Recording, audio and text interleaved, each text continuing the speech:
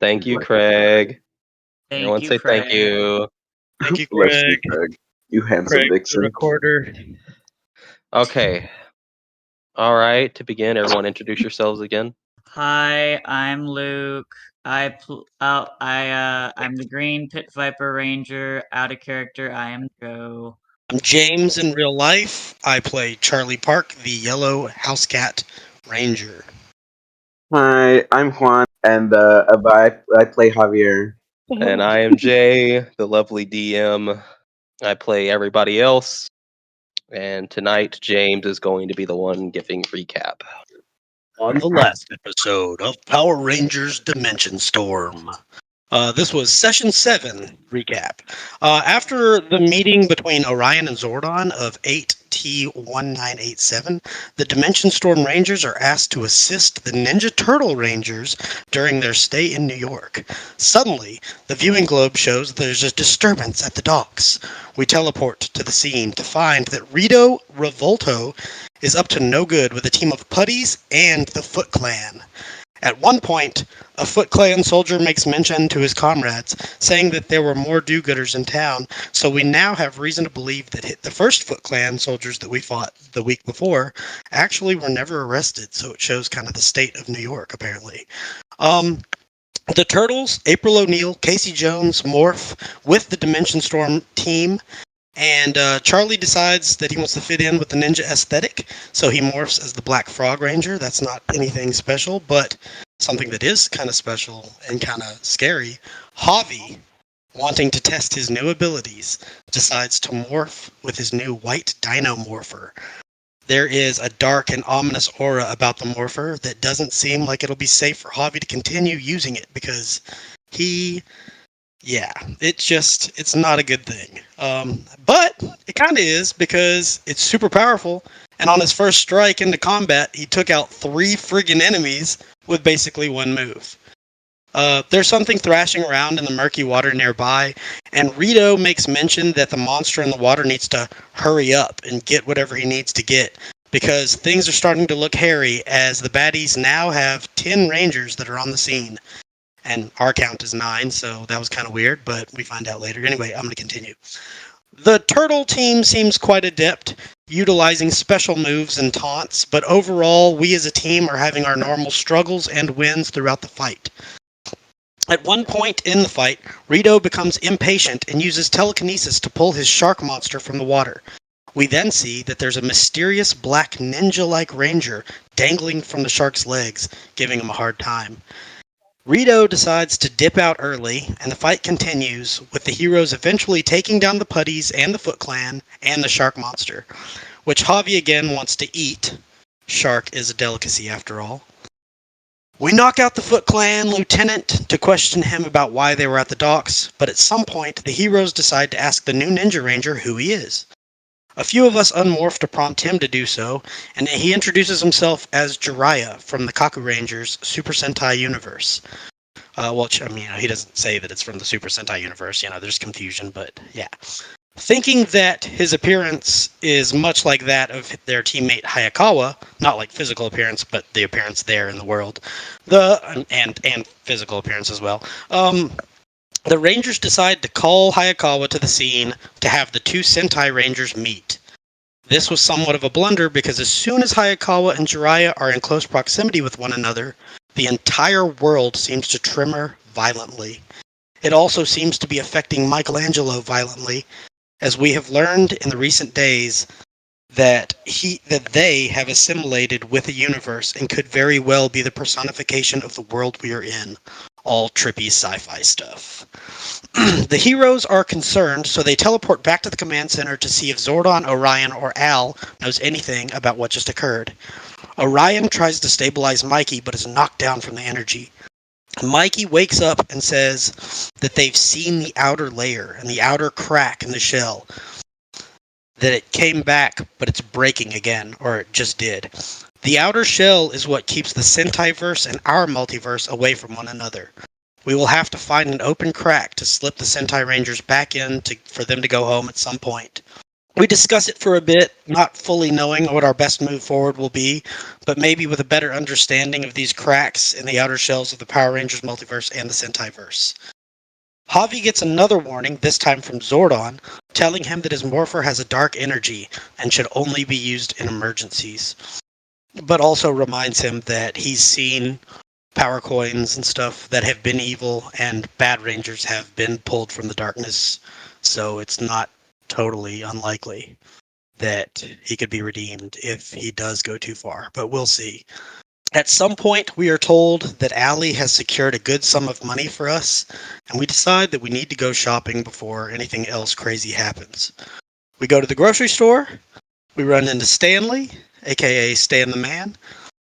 Charlie actually gets his number, at least the T1987 Stanley's number. What if it's the same number each time? Anyway, at some point, the movie Shrek is mentioned, and Charlie's like, "What's that?" And they're like, "We'll watch it later." We get like $350 worth of groceries, making. I mean, we still have plenty of money, so then we. Oh, and at this time, because Javi wants to eat the shark monster, Hayakawa ends up having to go buy a deep freezer, so we can store the shark meat, which I don't know if that's. I mean, it's a monster, so it's not even really. We'll find out if it's not good for our. If we have constitution rolls that we have to save, our saving rolls. Anyway, blah blah blah blah blah. Hayakawa goes to buy a deep freezer. We both go buy groceries. We still have plenty of money and a little bit of time, so we decide to go back to the game store. And I'm not gonna go into detail, but we spent over $3,000 at a game store. We put a lot of time and math into which games were out around 2010 and what consoles, and we all got our own little TVs and stuff. It was like the most important thing to us. At some point, Charlie was like, "Hey, let's order pizza, get it back to the ship, and invite our new turtle friends onto the ship so they can check it out." So we called Donnie or Mikey, I don't remember who, but they told us that we had to go to Punch Out Pizza to get their favorite stuff. So we went and got it. We invited them over for a sleepover. We had a little tour. Javi and Raph had another rematch. And we finished out the night with the whole group in a simulated movie theater watching Shrek in sleeping bags. And that was episode 7 of Power Rangers Dimension Storm. And you can go and check it out on YouTube, Argonian J, not the letter J, Jay. Check it out on YouTube to get all the details. We're going to start off. We're going to say whoever stayed, and maybe if you wanted to go to your room and sleep, or if you were comfortable with sleeping in a big simulated theater with the turtles and all of their friends, you slept there. Luke, where did you go to sleep? Did you sleep in the theater in the sleeping bag? Luke's not quite that comfy yet, so he probably would have gone off to his room after the last movie finished up. Okay, so we're going to start with Luke. Luke, you finally lay down, you go to sleep, and it's that time again. You start to fall into the similar dream of blackness, light smoke on the ground, a bit of light coming from a direction you're not quite sure of, and you're there again, so you're expecting something, so you ready yourself, and you hear very echoey footsteps as Psycho Red approaches you, starts walking in direction, sword in his hand, slowly walking as he gets to you. Y'all start fighting once again. You morph in your green viper. Yet again, you are bested as he points his sword down next to you. The red Tober Ranger that has been helping you appears, but immediately gets thrown to the side as you are now unsure of what to do. As the red Tober Ranger starts to get back up, a silhouette of something comes and starts to fight the red Psycho Ranger, continuously changing shape. There are consistencies, though, if you want to roll an alertness to see what those consistencies are. I would like to, yes. Is there a difficulty for this, or am I just rolling? Just roll. Let's see how high you get. So you can tell, and you would have been able to tell this is a Power Ranger. The consistencies are there is always a weapon in hand that seems to change in and out of different shapes. This is just black. You can't see colors, anything. This is like a silhouette attacking. It is meant to be mysterious. There are consistencies to this, though. The weapon, there's always a weapon in hand. It is about small to medium in length. Continuously, it is a sword of some kind because it's constantly used to do slashing damage and slash across Psycho Red and clashes with this sword very well. This ranger also continuously has a shield that changes in variety of different shapes and sizes. So there is always a shield on this ranger, and it is constantly changing. As the shadowed silhouette ranger battles Psycho Red is bested. And as Psycho Red is bested, this ranger seems to not be looking to leave him as is. As you are on the ground, the Red Turbo Ranger rushes to you and grabs you as Lightning Cruiser pulls up. And at first, you are willing to go with him, but as Psycho Red starts to get up, the silhouetted Ranger closer to you, Psycho Red is starting to get himself up. There is a complete shatter to his mask.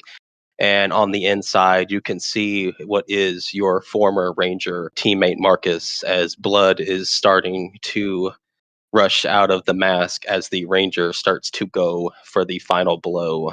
How are you reacting? Luke is going to try to get free from the Red Turbo Ranger's hands and like run over to Marcus. He's trying to get to Marcus. Roll me. What would it be to escape? Would that be a brawn or a I might? have something. There- I have finesse and I have escape artist Yeah, under That is finesse. true. Roll with the specialization. Critical success. Okay, I will say you successfully escaped the Red Turbo Ranger, but he is hot on your heels, and he's not going to grab you immediately. You are out of his hands, but I want to see if he keeps up. So I'm going to roll his athletics. Let's see if he can keep up with you. He is not. You are faster than this Red Turbo Ranger. And as you start to run off, as you get close, the silhouetted Ranger turns around to you and starts walking towards you. You are getting a very not good feeling from whatever this is as it still continues to change the shield shape and the weapon shape as it comes towards you. Can I get around him? Can I dodge around him? Am I fast enough to do that? If you want to try, you can. The difficulty is going to be really high, though. I mean, he's just walking right now. He is walking directly towards you, but you don't know what this is and how fast he truly is. He just beat Marcus. That's true, but all Luke knows is that that's all he's thinking right now is that is Marcus on the ground in front of him and he needs help. Like logic is kind of gone out the window. That's his friend. So as you start to come, this thing is a lot quicker than you are, as it instantly grabs your throat and holds you in place and starts lifting you up one-handed. The shape is constantly turning. You can get the sense that you are starting to see what this is as it starts to turn from a silhouette into light. But it seems as if that is interrupted because as soon as you start to see what this is and who is trying to attack Marcus, another similar version seems to walk out from it and starts to head back to Marcus as this takes a familiar appearance that you are very familiar with, and it is the Death Ranger that the silhouette turns into, and it pulls you directly to its face as the silhouette continues to walk back to Marcus. Child, you do not know. You can see, but you will not figure it out. Death has come. Death is inevitable. Marcus will die. You cannot stop it. This is his end. The fate of a killer killed by someone more vicious, more ferocious in nature. This is the way. It's how it is. You will die trying. There is no hope. And he's going to chunk you down to the ground. As you see the silhouette start to walk to Marcus, you try to move, and then you are immediately stopped, and the Death Ranger gets closer to your ear. You could run away. You could wake up. And yet, you choose to watch your friend die. Are you sure that's something you can do again? Watch him die. You don't remember, do you? The man that killed your friend. And he's going to run his hand on your head. You locked it away. Allow me to remind you of the man who killed your friend. The man known in the multiverse as Darkonda. Deal with that what you will. You feel the cold leave you as the nightmare starts to end as this silhouetted ranger goes for the final blow. The memories of Marcus's death and who killed Marcus now unlocked from your mind by death. You now remember a version of Dark Honda is the one who fought and killed Marcus in your home universe. And that now has been unlocked in your mind as you wake up yet again.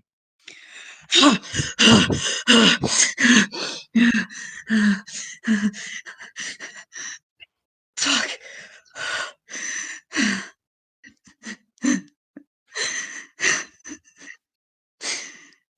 Luke just curls over into himself and just sobs. Okay. But yes, you now remember the man who was led by Malagor, one of his greatest generals, was now the one who killed Marcus. So, Javier, you are going to be in the training room, like we discussed, trying to fight Psycho Red. We're only going to do this twice, so best 2 out of 3. And we'll see if you can actually land a hit on the Red Psycho Ranger. Okay, so you actually managed to land a blow on Marcus. How do you land the blow? Javier gets in, tries to get in up close and personal, and elbow strikes him in the side of the near the temple area.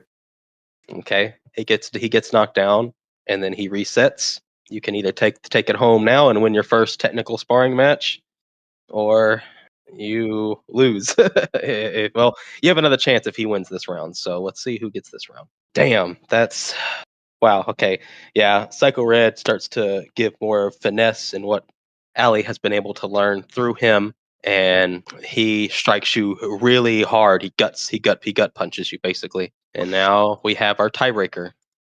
Oh god! Will Javier win his technical first brawl? No, You do not. come on! Oh my Not even a god. technical, bro. So yet again, you are entirely knocked on your ass again as Allie appears saying, I'm just gonna close the simulation. No offense, but I've seen Luke do this before. I'm not gonna watch it again. As that's happening, Luke comes into the training room. You have seen the fact that there is a simulated Marcus in front of him as you walk in as Allie turns it off. I didn't figure anyone would be up this early. Yeah, I just couldn't sleep. Decided to. I was just trying to just trying to take my mind off of things. That's why I came down here. I wasn't expecting anyone, but I guess this works. You know, Luke. I always wondered if me and you got into a fight, who would win? Really? Well, we can try it out. If you're down, we're both up. Might as well. Okay. And as previously done, as we did this off camera the first time, but we wanted to include it, Luke does beat you in the sparring match. So as Luke gives the final blow, I think it was what, best 3 out of 5? It was 3 out of 5. Mhm. Yes. Yeah, so Yeah. after best 3 out of 5, Luke lands the final hit, you're on the ground, and we pick up from there. Luke extends a hand out to you, Javier, to help pick you back up. Extremely frustrated, but he finally grabs your hand and lets you pull him up. Hope you pick him up. As he does so, he just kind of looks at you. You know, strength isn't everything, Javi. How can it not? How can it not be everything? If only I was stronger back then. If I wouldn't have lost someone so important to me. Luke raises an eyebrow at you.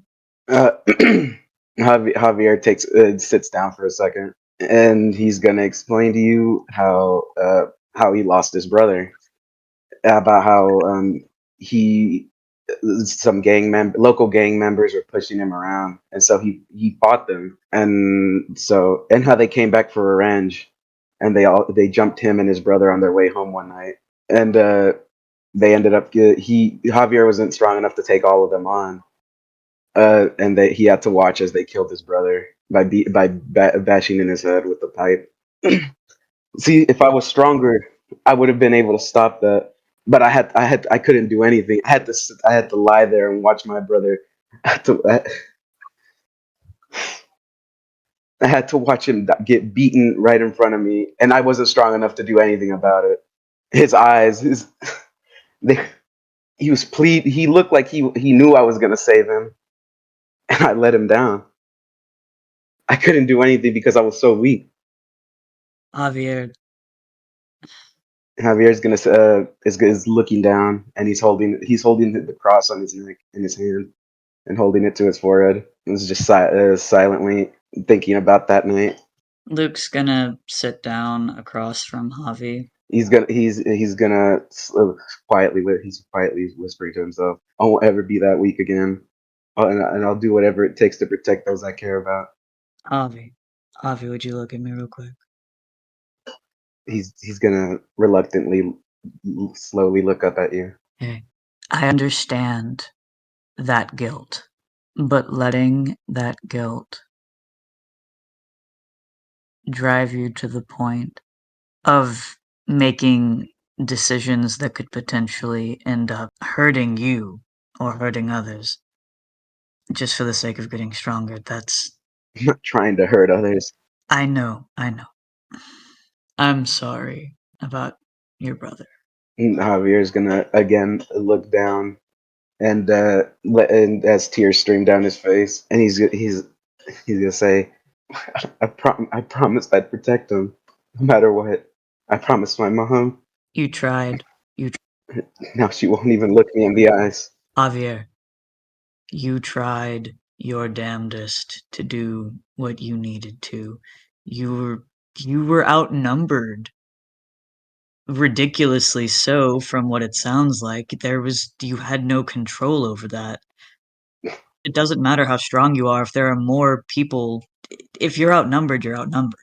Luke, you don't get it. I did. In the end, I managed to avenge him. The guy who beat him to death. The guy that I had to watch slam that pipe on him over and over again. I killed him. The, they after they saw me and absolutely just on the floor, not being able to do anything, after having to watch them kill him, they let me go. But I got right back up and charged him. I killed him before the others could get their hands on me. Anger's a hell of a thing. How can I be the hero my brother always thought I was? If no matter what I do, I can't. I always just seem to get people hurt. By being smart about the decisions that you make, by using your strength to protect others. That's how you be the hero your brother thinks you are.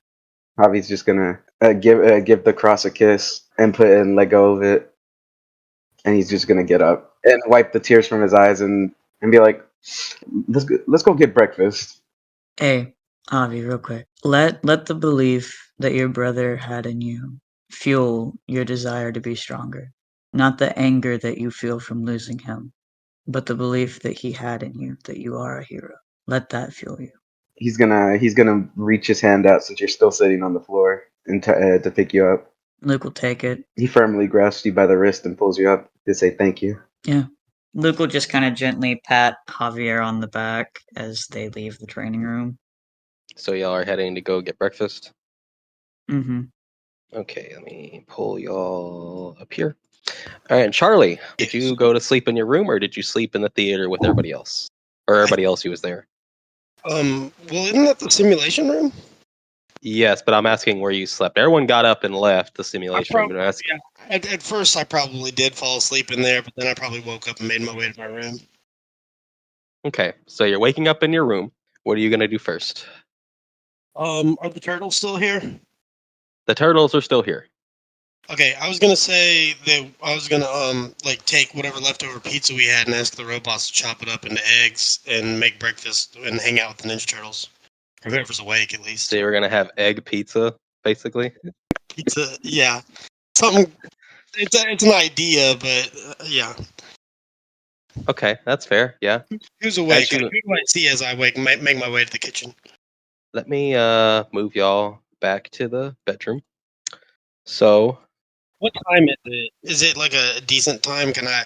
Because if it's too early, I don't want to knock on anybody's doors. But if it's around like, depending on what you say, because I do want to see if Jiraiya is awake, and I just kind of want to make sure everybody's awake so we can eat breakfast. Yeah, we're up pretty late last night. You probably woke up around 10 a.m. Oh, okay. So yeah, I'm tapping on. I tapped on Javi's door, and then I didn't really put much stock into him being in there or waking up if he did hear a tap. But then I knock on Jiraiya's door, and I'm like, "Donkey, what are you doing in my swamp?" Jiraiya does open the door, J Money. just kind of slightly confused, just like, what are you talking about? Oh man, I watched all these really awesome movies yesterday, and now I just can't get them out of my head. And then I saw her face. No, I'm a believer. Hey man, I was about to go get breakfast. I think we have some leftover pizza. Do you think it'd be good if we cut some of that up and put it in the eggs? He was raised in America, so he's like, yes. Come on, do you remember where the kitchen is? I'll show you. And he will follow you down to the kitchen, but as y'all come through here, you do see some of the people still hanging out up here. Morning, everybody.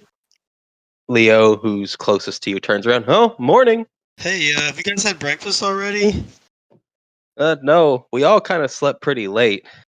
We just woke up, but Donatello and Hayakawa are in there making breakfast with Splinter.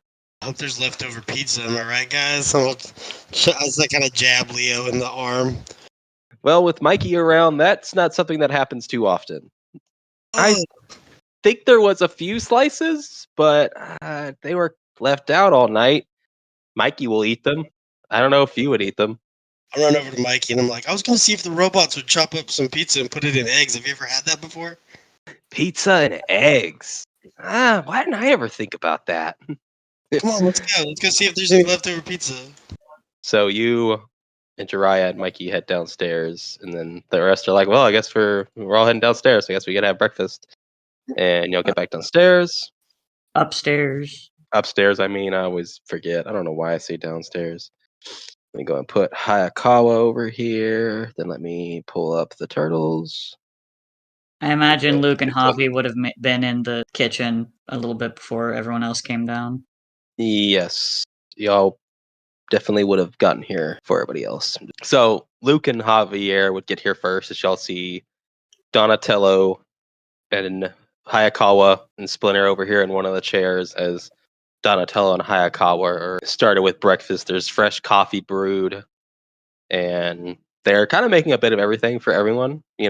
Donatello is making sure that there are eggs and stuff. That's what they usually cook. Hayakawa is.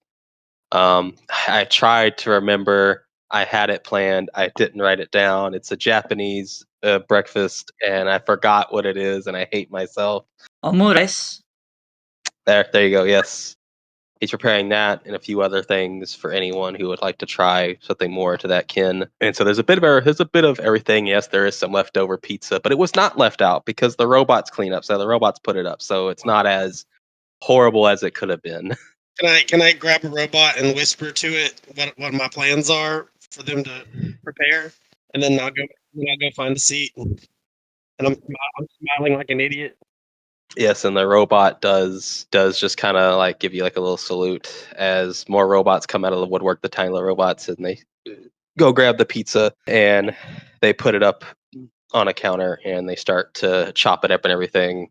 And then they just look at Donatello and he's just like, oh, okay, yeah. Throw it in that one, and on one of the back burners with more eggs that he hasn't really started yet, they start pouring it in as it starts to get mixed with the eggs.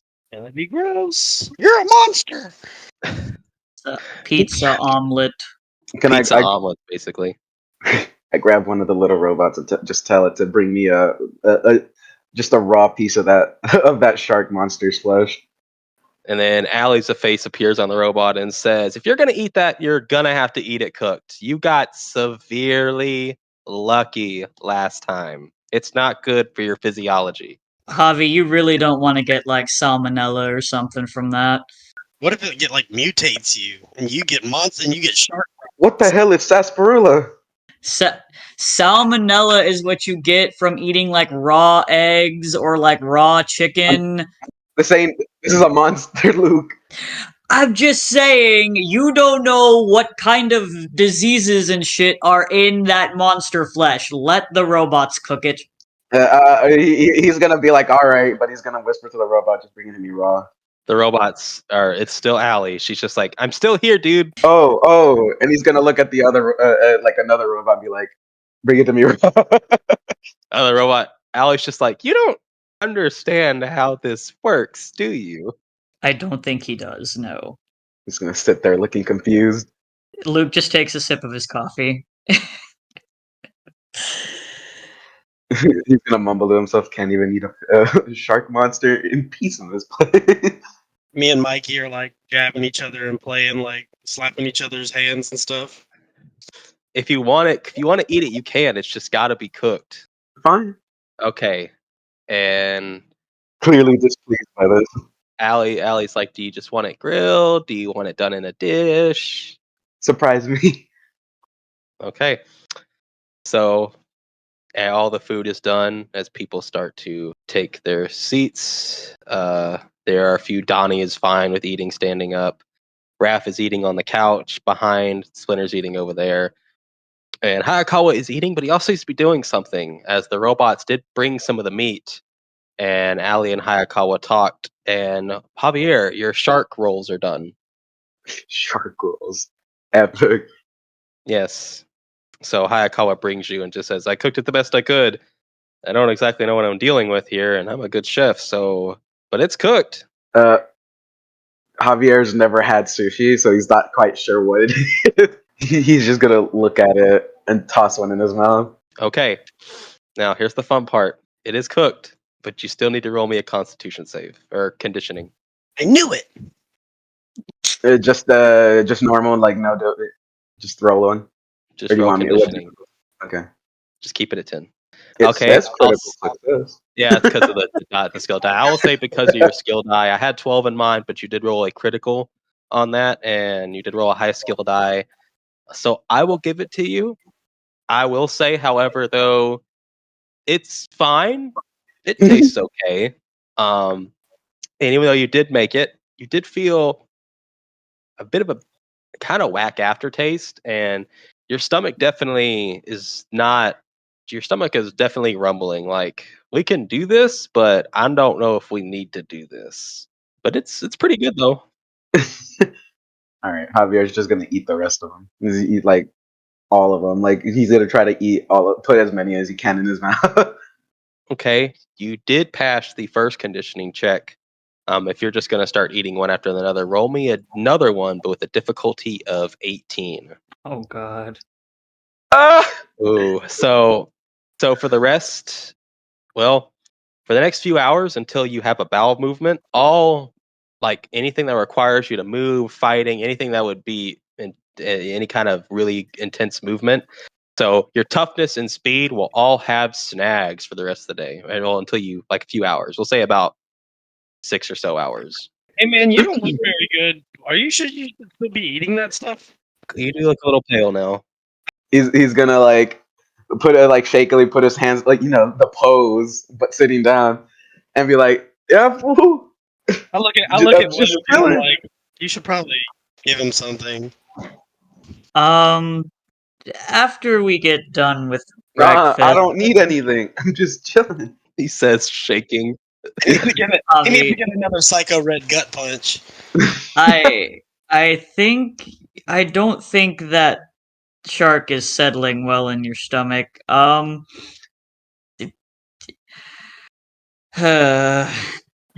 You look terrible, and Mikey is sitting beside me and has an entire universe in them. Huh? You've got a shark in you, and they've got the universe in them, and you look terrible.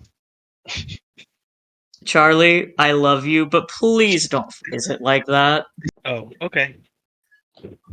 You're a monster! You created a monster by showing me those Shrek movies. Hey, you guys kind of look like Shrek. There, I don't know if Dude. Javier's just gonna be like, "That's racist." Not Casey and April or Master Splinter. Because they're green. Dude, we know not Casey and April. We're the only green ones here, but dude. Oh, right. I shouldn't be saying things based off y'all's skin color. I'm sorry. I'm from 1986. It's all good. Hands crossed. I'm just chilling. Oh God. And as y'all are eating, y'all are talking, you're all having a good time. Y'all start to hear my favorite sound. It's the fucking boots. The footsteps. As these footsteps happen, the Raphael on the couch just like, what is that? That is, why is it so heavy? He wears Doc Martens. Luke just looks at Charlie. I wear Doc Martens and I don't sound like that. It's because he's fucking made of metal or some shit. Plus, he's like 7 feet tall. Mikey, literally next to Charlie, is just like, if I didn't think y'all had some mysterious murderer on this ship, which I hope you don't. We do, but he's not mysterious. Mikey, my first day here, I thought he was a mysterious murderer. Ooh, see, now I'm more scared than I already was. I mean, Orion's intimidating, but I don't think he's a murderer. He's standing right behind you. Whispers to you, Charlie, but how well do you all really know him? Oh I God, think not this. Orion is like onions. He's got layers. We've created a monster. Charlie's just gonna keep quoting Shrek at us. Shrek is life, guys. Oh, yeah, Shark is love. Shark is live. That's the best movie I've ever seen. You know, the animation style is really cool. They could probably do that to make like a Transformers movie. Mikey's just like, dude, sit down. Let me tell you. But anyway, Orion walks in, hears y'all talking about him, doesn't even care. Just completely just continues to walk as he approaches Splinter. And it's not that far away, so you can hear him ask Splinter, well, whenever you're ready, I guess we can ask them the question that you proposed to me yesterday. Amir's just gonna be like, question. yes, a million times, yes. Splinter's gonna be our stepdad? Oh my God. What's the question? Splinter These gets two up, have lost it. all things considered, and with the ability to potentially figure out what is wrong with Michelangelo, I have asked Orion here if he would take Michelangelo with him, and all the four of the turtles. Well, Michelangelo's just kind of like there, but Leo, Raph, and Donnie are just kind of like looking as Leo does get up. But I mean, I understand we don't know what's going on with him, but he's a part of our team. We would be down a member, and we just got Casey back. I understand, Leonardo. But after what was described to me, what happened to Michelangelo yesterday, I understand he is quite happy with his current state.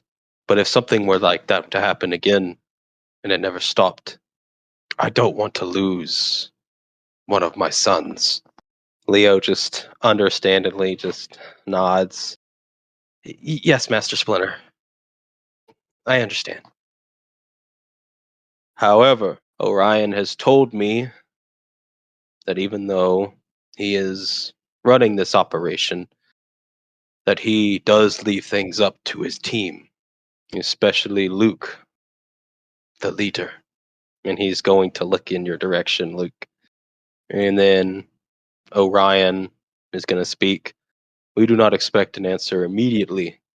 And although we may be able to find what exactly is wrong with Michelangelo, yet again, I'm leaving it up to y'all as a team to decide if you wish to carry anyone else on this journey.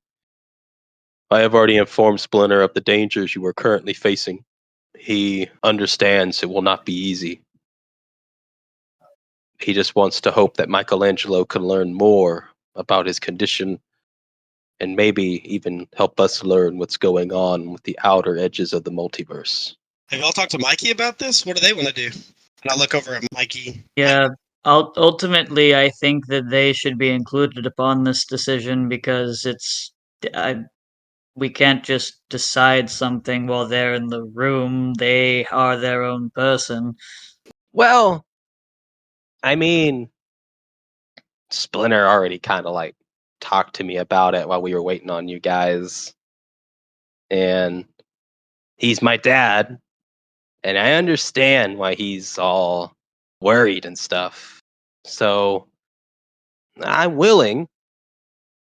It would be fun to go around and have cool space adventures in different universes. I understand that he just wants to help me figure this out and keep me safe. But then again, I wouldn't be home and I'd be away from my brothers. And that first time in New York was the first time I've ever seen Punch-Out Pizza. That is true, but the multiverse, there could be all kinds of pizza. There could be a universe that's nothing but pizza. Or what if there's a universe that has pizza balls? Nah, that sounds awful. I don't know why anyone would ever do that. All right, should we go to the voting room? Y'all don't have to give an answer now, if y'all don't wish. However, while y'all are talking, Orion is going to get y'all's attention. I understand this has been a much needed break for everyone in here, and it has been nice with the quietness, but I don't think I have to remind you you are still have a mission to complete. We're aware. And the energy in the other universe I designated y'all is starting to swell. Sir, in New York, we never figured out what the Foot Clan and Rito were doing at the docks, and we never figured out what was in that pyramid at the construction site. Should we still go back down and figure that stuff out? Yes. Another thing to bring up, and he pulls up his wrist thing and projects a hologram. After scanning all night and all of yesterday as well, the scanner was able to penetrate inside and see what was within. And unfortunately, it's not good, but it's also dormant. There seems to be a being encased deep within, a being that goes by the name of Ivanus. Once we realized, went back to the command center and I got in contact with Al.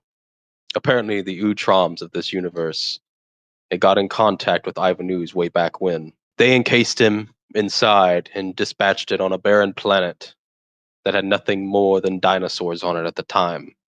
Ironically enough, the same place that they buried it, hidden in the edge of this universe, happened to be Earth and New York, or would become New York. However, Al has informed me that the Utrom technology is secure. Whatever Shredder and Rita throw at it, it probably won't be enough. He has gotten contact with the Council of Ultroms to remove it from this site. They will do it stealthily. They will also require the Ninja Turtles to help escort it to the ship and get it out there safely within a few days' time. I'm gonna look at the turtles and be like, "Are you guys familiar with ooze?" Raph, is that a trick question? Okay, so y'all are gonna get the pyramid and get it off the planet or get it out of the world. Just keep it locked away. Leo turns around. I guess that's the plan. And he said in a few days' time. So we'll need to try to plan a safe route if Al hasn't already done it. Are y'all just gonna leave it floating in space like Jason did with Darkonda? Luke flinches whenever Charlie says Darkonda. We don't know who Dark Conda is, and I don't think they're just going to leave it in space. They're probably going to go hide it again. And Orion nods. That's the plan. They're going to take Ivanus and hide him in another farther reaches of the galaxy, in the universe, in hopes that no one finds him and tries to open him up. Is he powerful? Extremely powerful. Is there not? Can't we just throw it into a volcano or something? Sorry, that's probably kind of dark. It's probably a sun over a volcano or a black hole. Oh yeah, sometimes I forget that we have access to space. But also, I don't think that's what the Utroms had in mind. According to Al, the Utroms would rather him stay imprisoned as he is not in a form of stasis. He is currently living out an eternity's life sentence for his crimes against the galaxy. Gee, I think I lost my appetite. And I just slide my plate over to Mikey. I think Al had also requested that the Turtles head back to the command center sometime before this afternoon so they could plan their route, just like Leonardo said. Whenever y'all are ready to leave, just to let Allie know and she will teleport y'all back to your command center. Are we going to be helping them with this escort? It depends. The energy of the other universe is starting to swell and raising a lot of concerns on our equipment. The next world may be a test for y'all, depending on what's going on in it. However, I did send a probe into the other universe. The energy is not coming from Earth, but I have yet to figure out what part of that universe the energy is coming from. If we figure it out before we leave, I will let you know. But as far as we know now, it is not on Earth. So y'all will be in new territory entirely upon your reach into the new universe. And before we go, we still have to figure out if we want Mikey to come along. If we decide to take Mikey with us, they won't be available to help with the escort. It depending on if we have to leave before that happens. I And suggest did that whatever have you. anything to do with the docks? And what Rito was trying to do with the docks? Or was that something else entirely?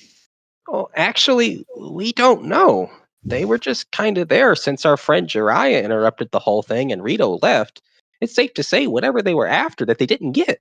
Did we leave that lieutenant, that Foot Clan lieutenant, there because we were so concerned about Mikey? We just left, or did we do something? Unfortunately, yes. With the whole thing with Michelangelo and the world shaking, we left him there. Just had to make sure our friend was okay. We got sidetracked, though for an important reason. Yeah, very important. All right, I'll look at Luke, and I'm just like, and I look at Orion, and I'm just like, what's the next move? I suggest, since the energy is so dark on the next universe, take it easy for your mental health. You see, you added a lot to the ship, and from what I heard, you had quite a lot of fun.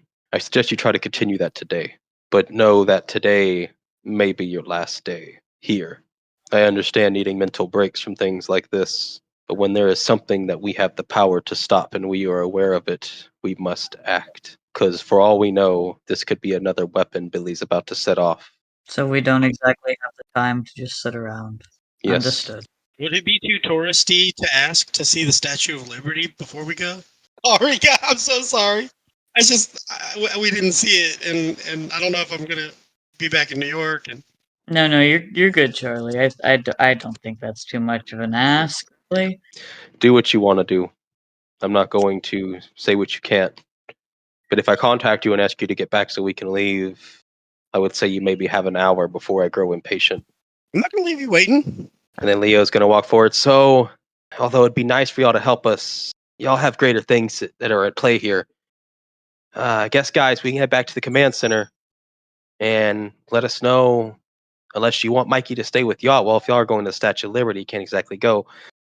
Whenever y'all are going to make your decision, just have Mikey involved. As much as he's going to say that he's just chilling, he needs to be his own person to a degree. And Mikey's going to speak up. But dude, I'm fine with whatever. Just riding the wave that is the universe. You know what I'm saying? Yeah, sure, Mikey. We just want you to know that your opinion matters, is all. Probably kind of looks uncomfortable when y'all are telling Mikey this. It's almost like he's uncomfortable hearing that about himself too. Hey, we're gonna need a tour guide. And I look at Mikey and I'm like, maybe you can show us. Dude, I can't go out in public. Oh right, dang. Don't we have some sort of holographic technology? April has a press pass. She can get in all kinds of places. Oh yeah, April. And April's gonna speak up. I do have a press pass. Well, maybe I'll just check out the Statue of Liberty some other time. And she leans up. It's no big deal. Me and Casey can join y'all. Let's go to the bathroom. Is he okay? It's his first time in New York. Luke just looks at Javi and just is like, yeah. Javier's just chilling, fine. hands trembling. Casey's gonna stand up. So are we going to the Statue of Liberty? Just give Charlie a minute. Charlie comes back in and his face is all wet with water. I was like, yeah, let's go back down to New York. I want to check out some stuff before we leave again. And then Leo's gonna say, all right, guys, back to the command center. Allie, was it? Yellow. Yeah, can you teleport everyone besides Casey and April, I guess, back to the command center? Yes, I can. And Leo's gonna turn out, Splinter, are you gonna go back to the house, I guess? Or are you still gonna talk to Orion? And Splinter is gonna, no, I'm gonna go back home. I'll be there when y'all need me. Me and Orion have talked about everything that we can talk about. He has been a nice ear also. And then one by one, everyone who is going goes back to the command center. The two dads were done talking. And then Orion starts to walk off. Like I said, take your time. We don't know what lies ahead. but don't keep me waiting. And before he goes off, Jiraiya's going to catch up. Sir Orion, can I talk to you about something real quick? Like in private? Orion nods. Follow me up to my quarters. We can talk there. And they head off to talk. Hayakawa walks up. So, we're going to the Statue of Liberty. I always wanted to go. I have people that worked with us at the Mega Corporation. We're from New York. It's going to be pretty interesting to see this. The mega corporation's based in New York? No, they worked for us at the Mega Corporation in Japan. They were from New York. Oh, that's very interesting. I'd like to know more about that sometime. I'll be happy to tell you everything I can tell you. After all, I was the head engineer. I know everything there is to know about the Mega Corporation. Hayakawa, you're so smart. Maybe sometimes I could shadow you and you could teach me some stuff. Whenever you want. Oh, that'd be awesome. Thank you so much. I just hope I don't break anything. I won't touch anything. I'll just listen. All right, Statue of Liberty. Yes, please. Okay, I don't have a map for the Statue of Liberty. Well, you didn't anticipate the Charlie. Dude. You know how hard it is to try to find a map that is. Yeah, we just imaginations. Liberty Island. Javier, Javier, just pull out like a notebook and just show Hayakawa something. It's just gonna be like, "Hey, can you make me this?" And it's just like a really bad drawing of whatever he wants. We get It's there. just like a kid drawing. We see the X-Men fighting on the Statue of Liberty. Oh god! So you were all teleported to the Statue of Liberty. Spider-Man fighting Dr. Octavius on the Statue. Just gonna put y'all back at the park for visualization. That's perfect. Look, the square thing could be where it is. What are you talking about? Yeah. That's perfect. Yeah. So ironically enough, this originally did have a statue, but I covered it up with the 4-panel because the statue was very fantasy-esque. So y'all go out and catch a ferry to the island for the Statue of Liberty. And it's standard affair. Y'all are on the little ferry for a little bit, then y'all get on the little island that the Statue of Liberty's on, and y'all can go up inside of it and look through the little headpiece, all that kind of stuff. How are y'all liking your trip to the Statue of Liberty for the first time? Luke is smoking quite a few cigarettes. He's like I don't think I have to tell you that this is a national landmark and that there would be a ton of no smoking signs. I mean, on the ferry, Luke goes through like 3 cigarettes.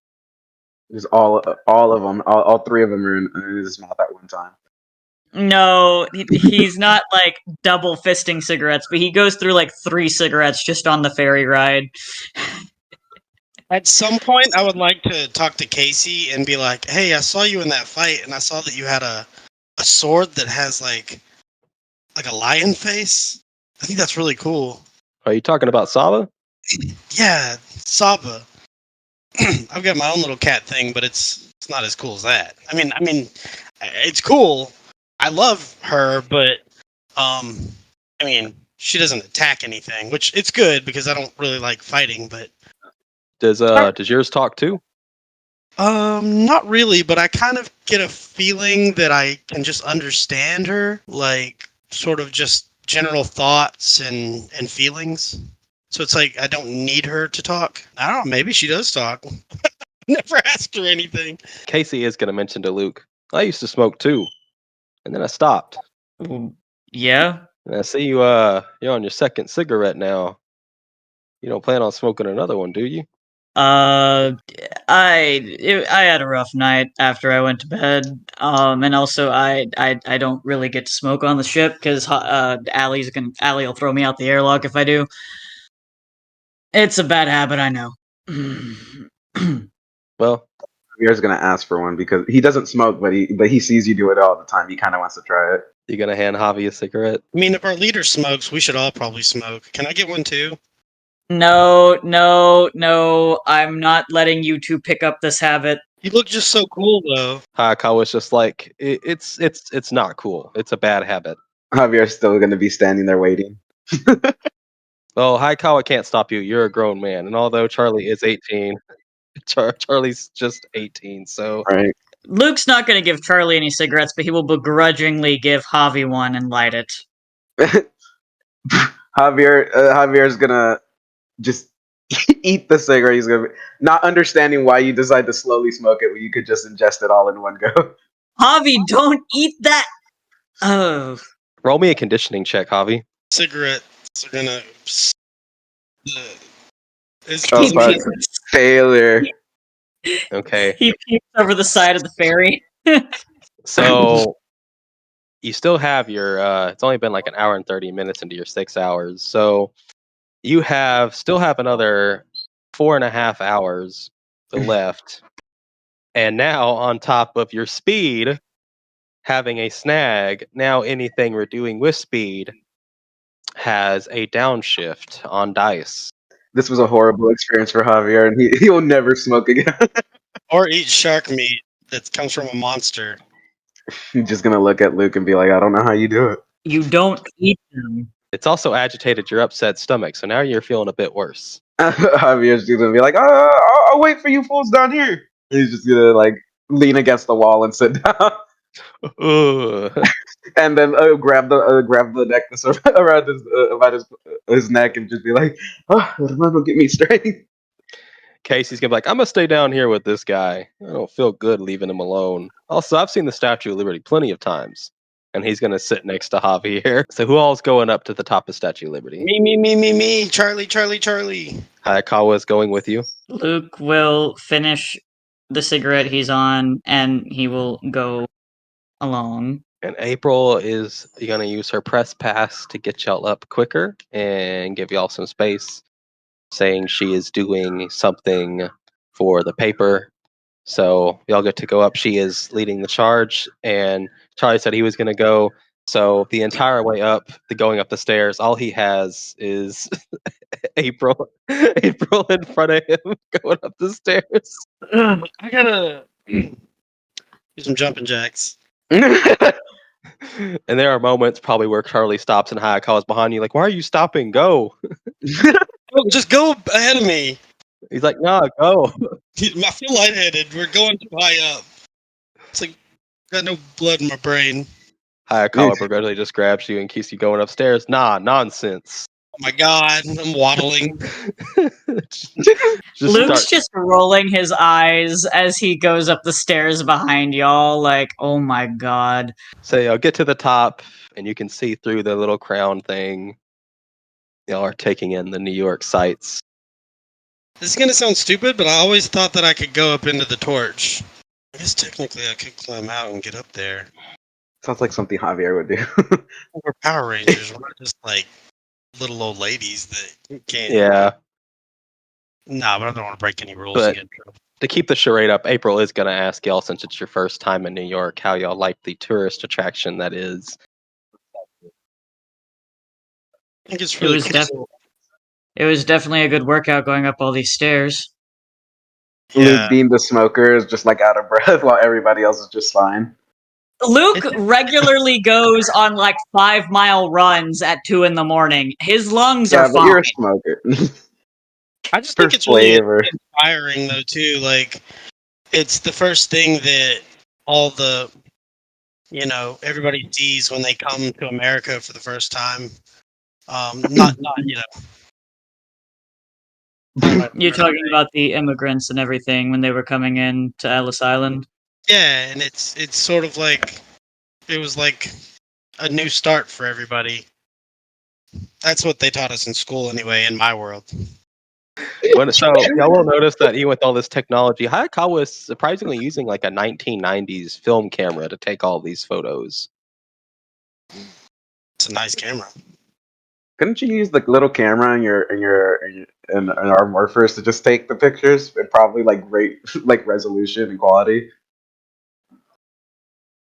And he's just like, it belonged to a person, a part of the team. He was the Blue Ranger. His name was Shun. He was a really good guy. Really want to know about all y'all's teams. I never got to have a team because I was supposed to pick the people out. I don't think I would have picked anybody as great as you guys. So that's kind of why I'm so interested in learning about y'all's former teams. because I need to. If I end up ever going back home, I'm gonna need to know what to look for. Well, I mean, I think it's kind of a common thing between all ranger teams that you just kind of find each other. Is it kind of unorthodox for them to have chose me to help them find a team? Well, it's sort of like the universe brings you together. You'll know when you know, kind of thing.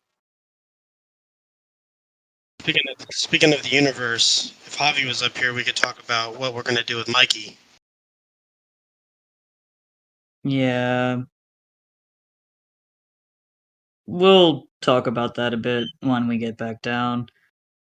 I think it would be good for them to come along with us so potentially we could figure out what's going on with them, but I want them to have agency in that decision. Sounds like they're a lot like me and how we're kind of indecisive and just we say we want to go with the flow, but there's a lot of times where I'm really just scared that if I make a decision, it'll be the wrong one. And I want people to kind of make those decisions for me. And if Mikey's anything like me, then I don't know how we're going to coax a real answer out of them.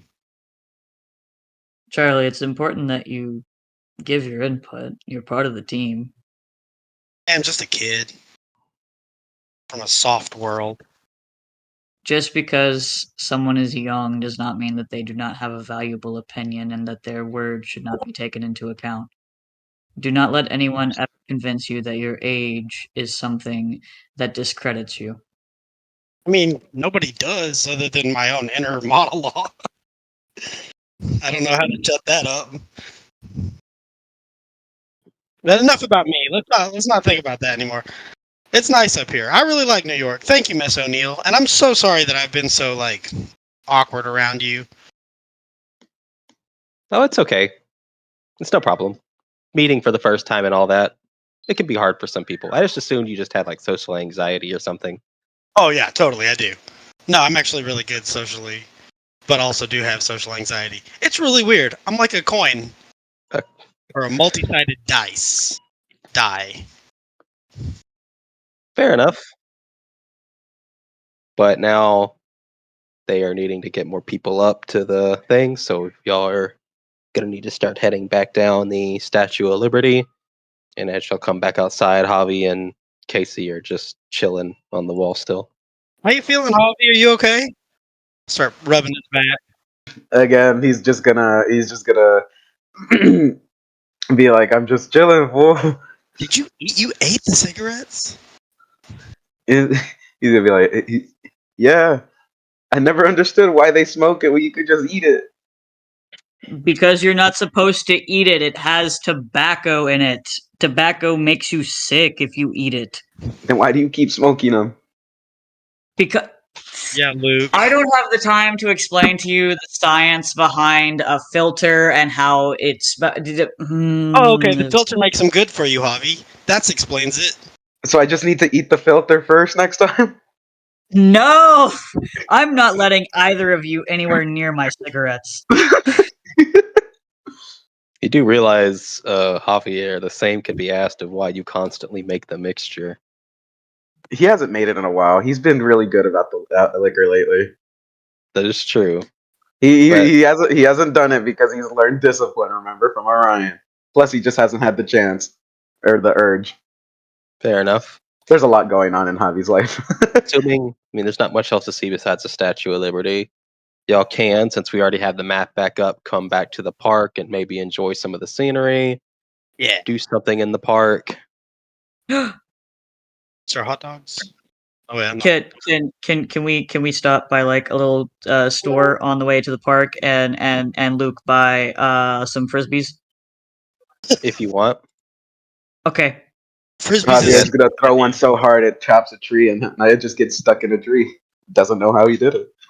No. Okay. So are we going to Central Park? I'm assuming so. And yes, there are different types of food vendors, street performers, stuff, all that kind of thing that y'all can see as well. Looking, Javier passes by a fruit stall, gags.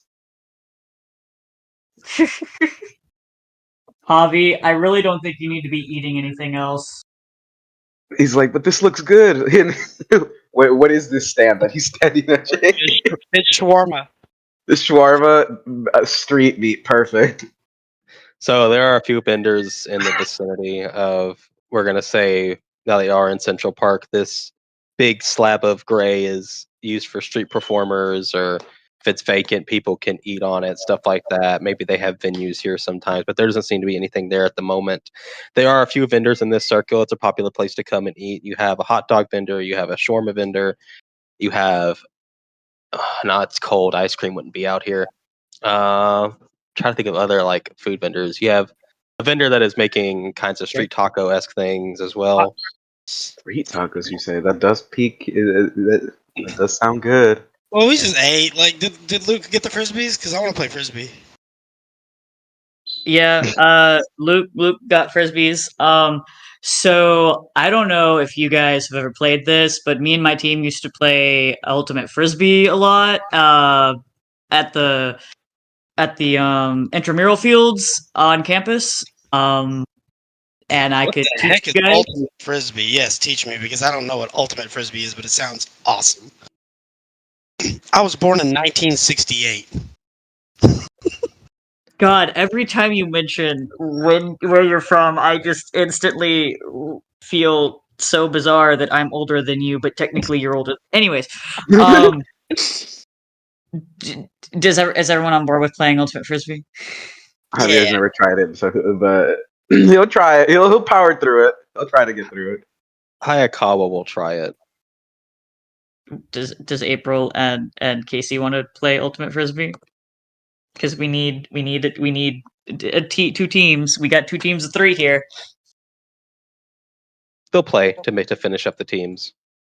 Okay, cool. So Luke launches into explaining the rules of Ultimate Frisbee and everything, and we find like a big open area of the park where there's not like going to be many people, and they're not going to like run into things and everything. And yeah, so he'll explain the rules, and yeah.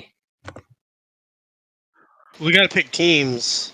Yeah, pick teams at least.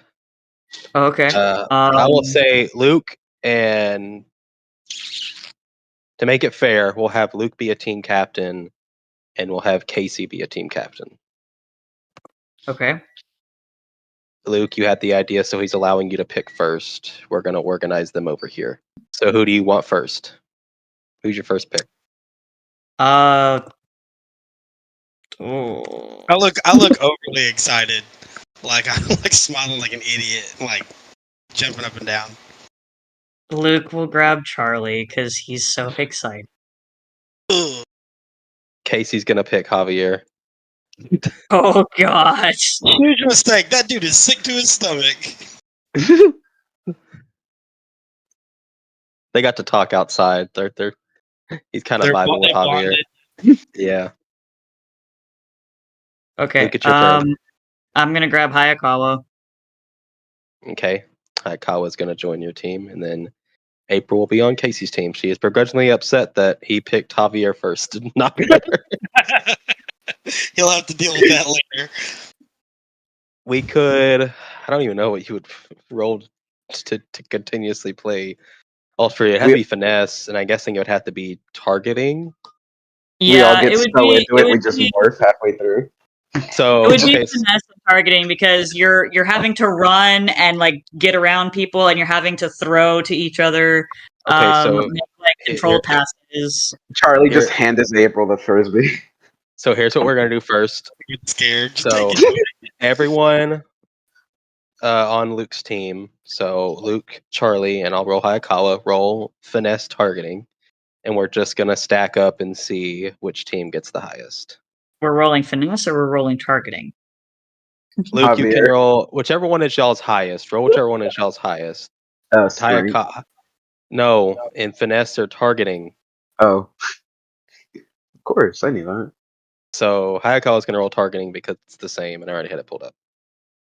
Ooh, Ow. yeah, baby. Come on, man. Oh Wait, all of damn! us? Come on, guys. Why Okay.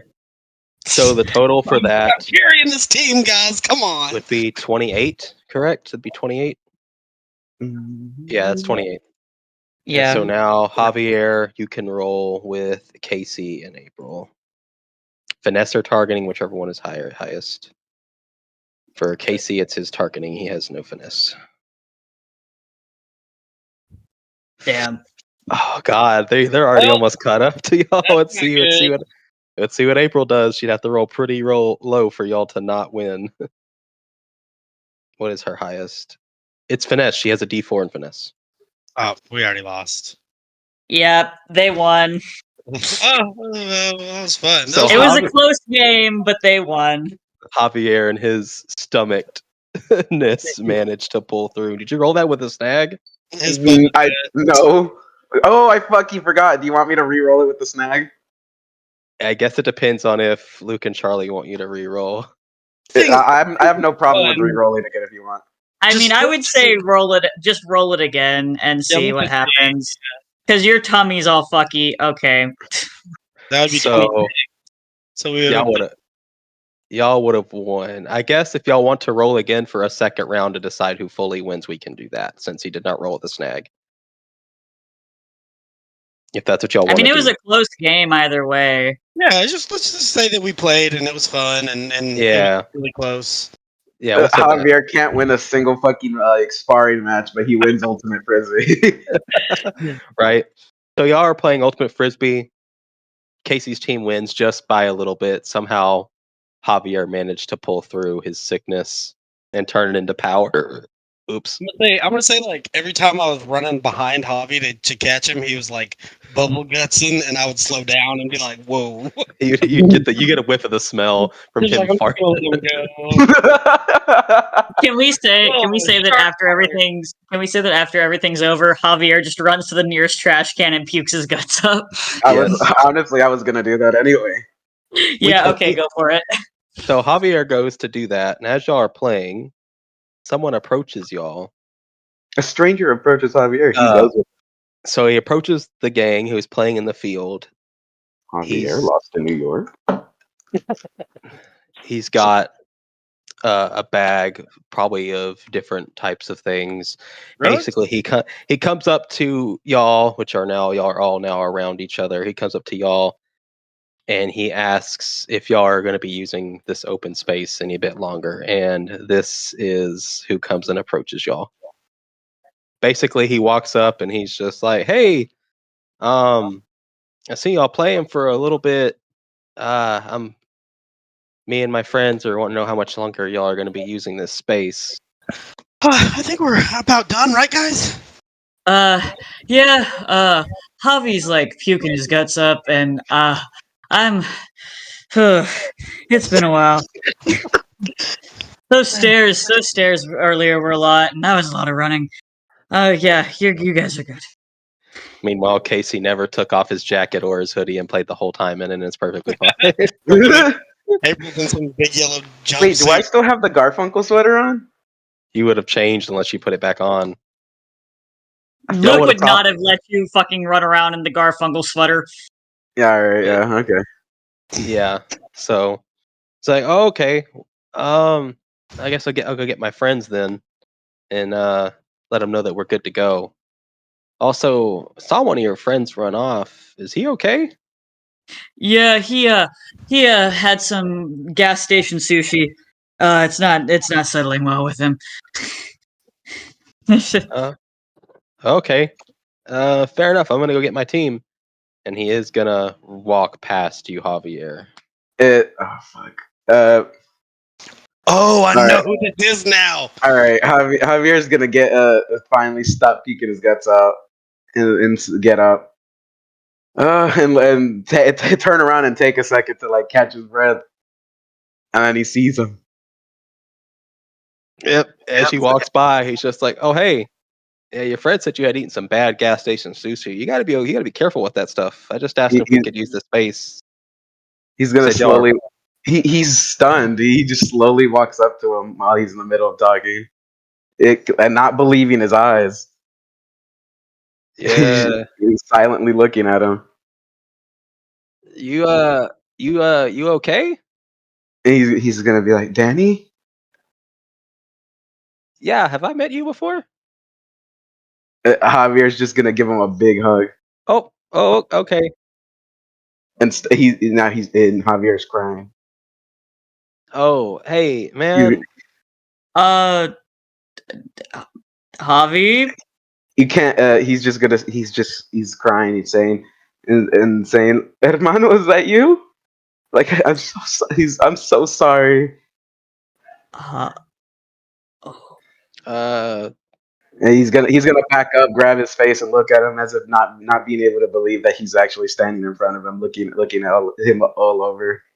look, man. My mom taught me manners, but this is getting really uncomfortable and really weird. I could tell you're going through something, but I don't know if you should be touching me like this.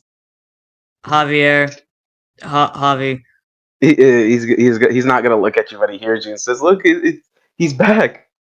Javi. I'm gonna pull Tabby out, and I'm gonna like as I'm seeing the thing, and I see that Luke's trying to help. I also just try to like message to Tabby to like calm Javi's emotions.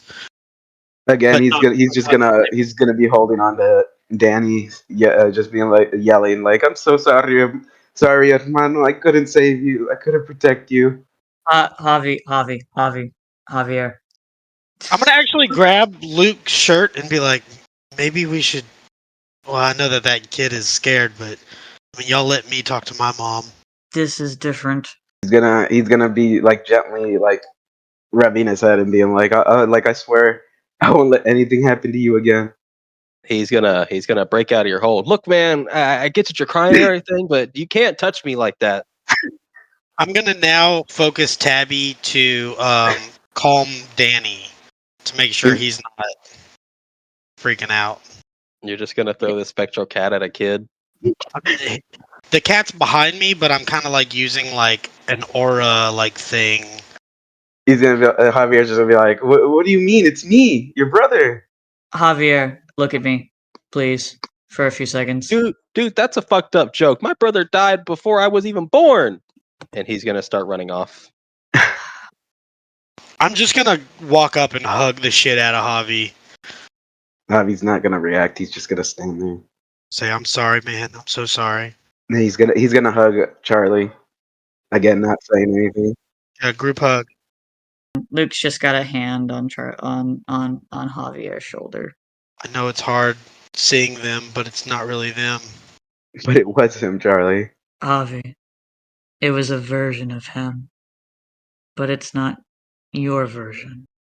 It doesn't matter. It was still him. I know, but you can't just go up and interact with people that are different versions from the ones in your world if you're going to.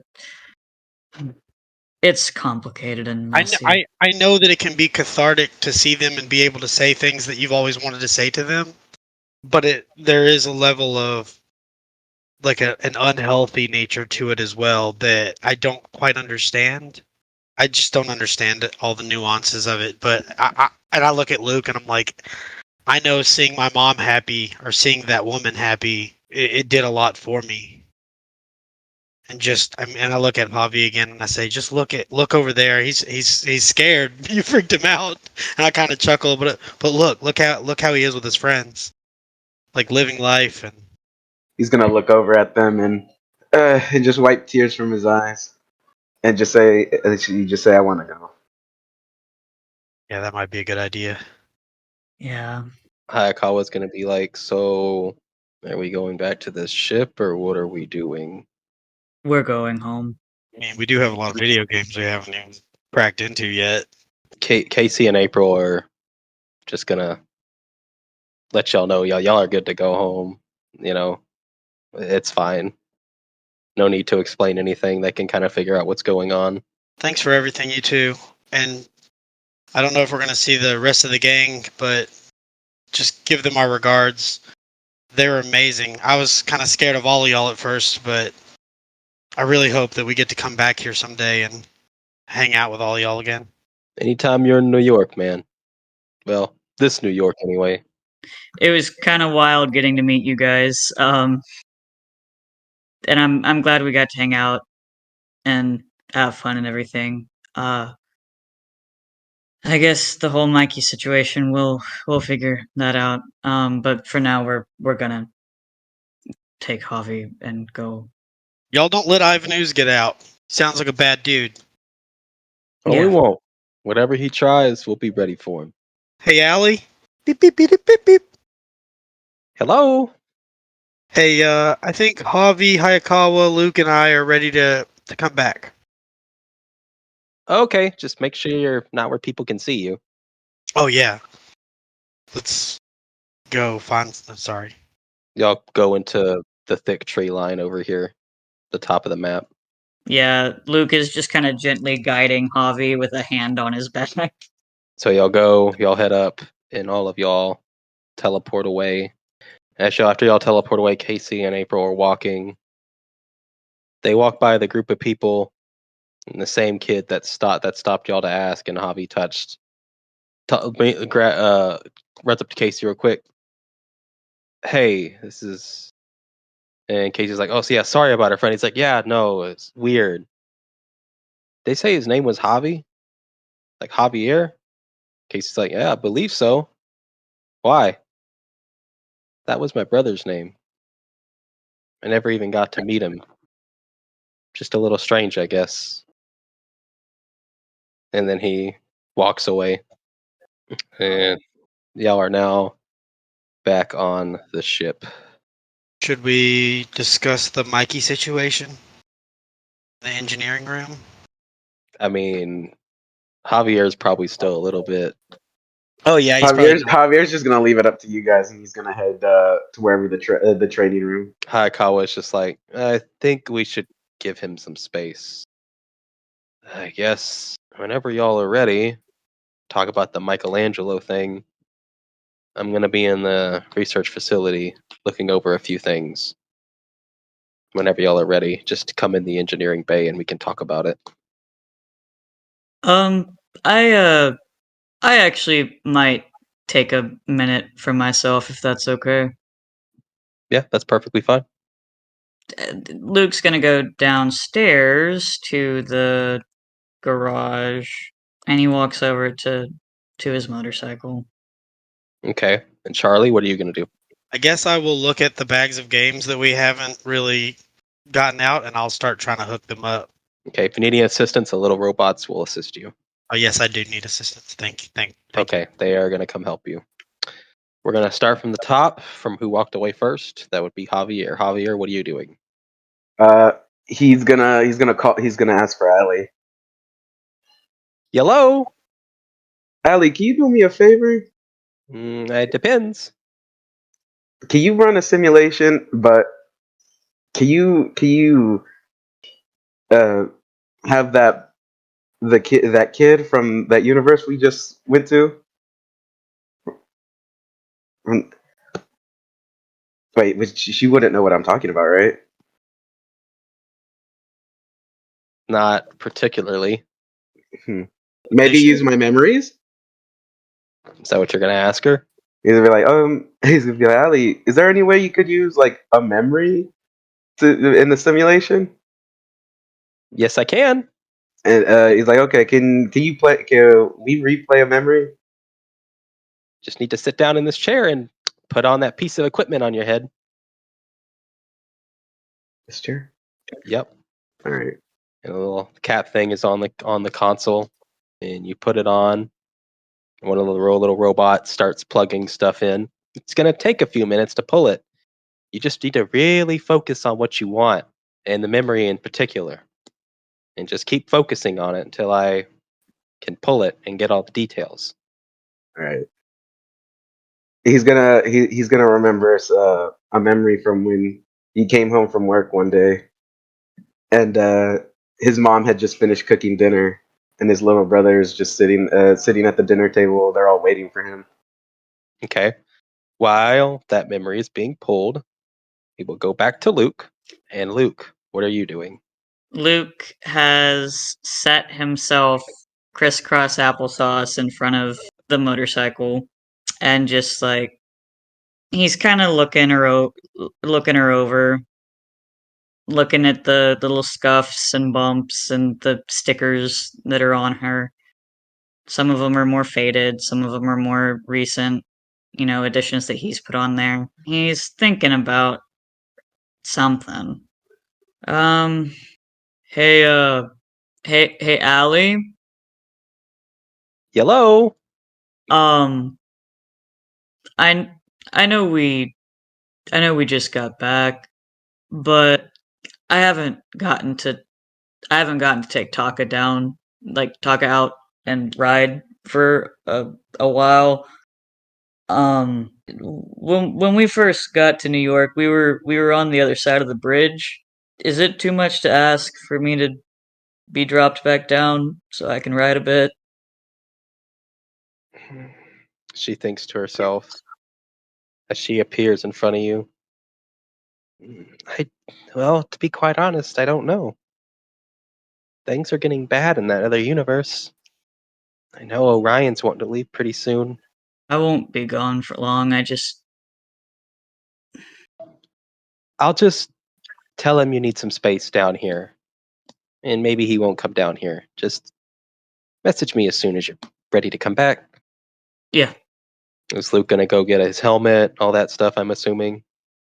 Yeah, he'll go get his helmet and his riding jacket, which is like a leather jacket. Um and he was wearing his chucks, but he's gonna pull on his docks. They're like almost knee-high boots. They're his riding boots. Okay. Well, at least for winter time, that's what he wears. And he'll go back down and let Allie know he's ready to go. You get on your bike, and she lets you know that your fuel has been topped off. What? Better yet, you don't need regular fuel anymore.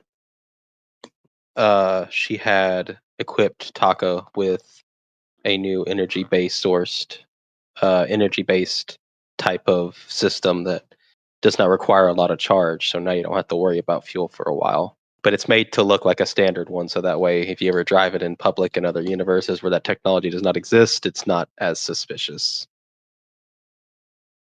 So you are teleported down outside on the bridge, close to where y'all were teleported before. And now we go to Charlie. Charlie, how is it going with the video games? I guess the robots helped me hook up the Wii, and I was looking at the games that I bought, but then I look over and see the game that Hayakawa picked out, which is Rock Band, I believe. For the PS3? Oh, and I'm like, okay, this is for the PS3. Well, they would have hooked up everything they everything, could, so okay. yeah. And I look over and I see that there's like, he got the guitar and everything, right? The drums, a drum set, two microphone, and two guitars. You can play that one. Can you play this one player with just like guitar? The robots nod after reading the back of the box. I'm talking to them. I'm gonna try it. I'm gonna try to play the guitar on Rock Band for myself. Okay, they demonstrate how to put the game in, and they had already taken the time to steal all of the updates off the internet for the PS3. Oh hell yeah! And the Wii. So you have an internet connection. It's pretty quick, surprisingly, being in space and everything with all this futuristic technology. And you pop the game in, and it starts to boot up. And I'm not going to pretend I know all the songs on the first Rock Band, so I just pick a song, like some Aerosmith song, and then I start playing that. And but Okay. I'm not good at it. Do I need to like roll for it, or can I just be like, just realistically, I'm awful at it. If you want to say Charlie's not good at it, you don't have to roll. Yeah, I'm just bad at it. It's like, bang, bang. And the fucking crowd's like, woo! Yeah, I'm like, this is not good for my self-esteem. I'm just gonna put that down and just kind of sit there. I'm gonna lay down on the couch and just wait for updates.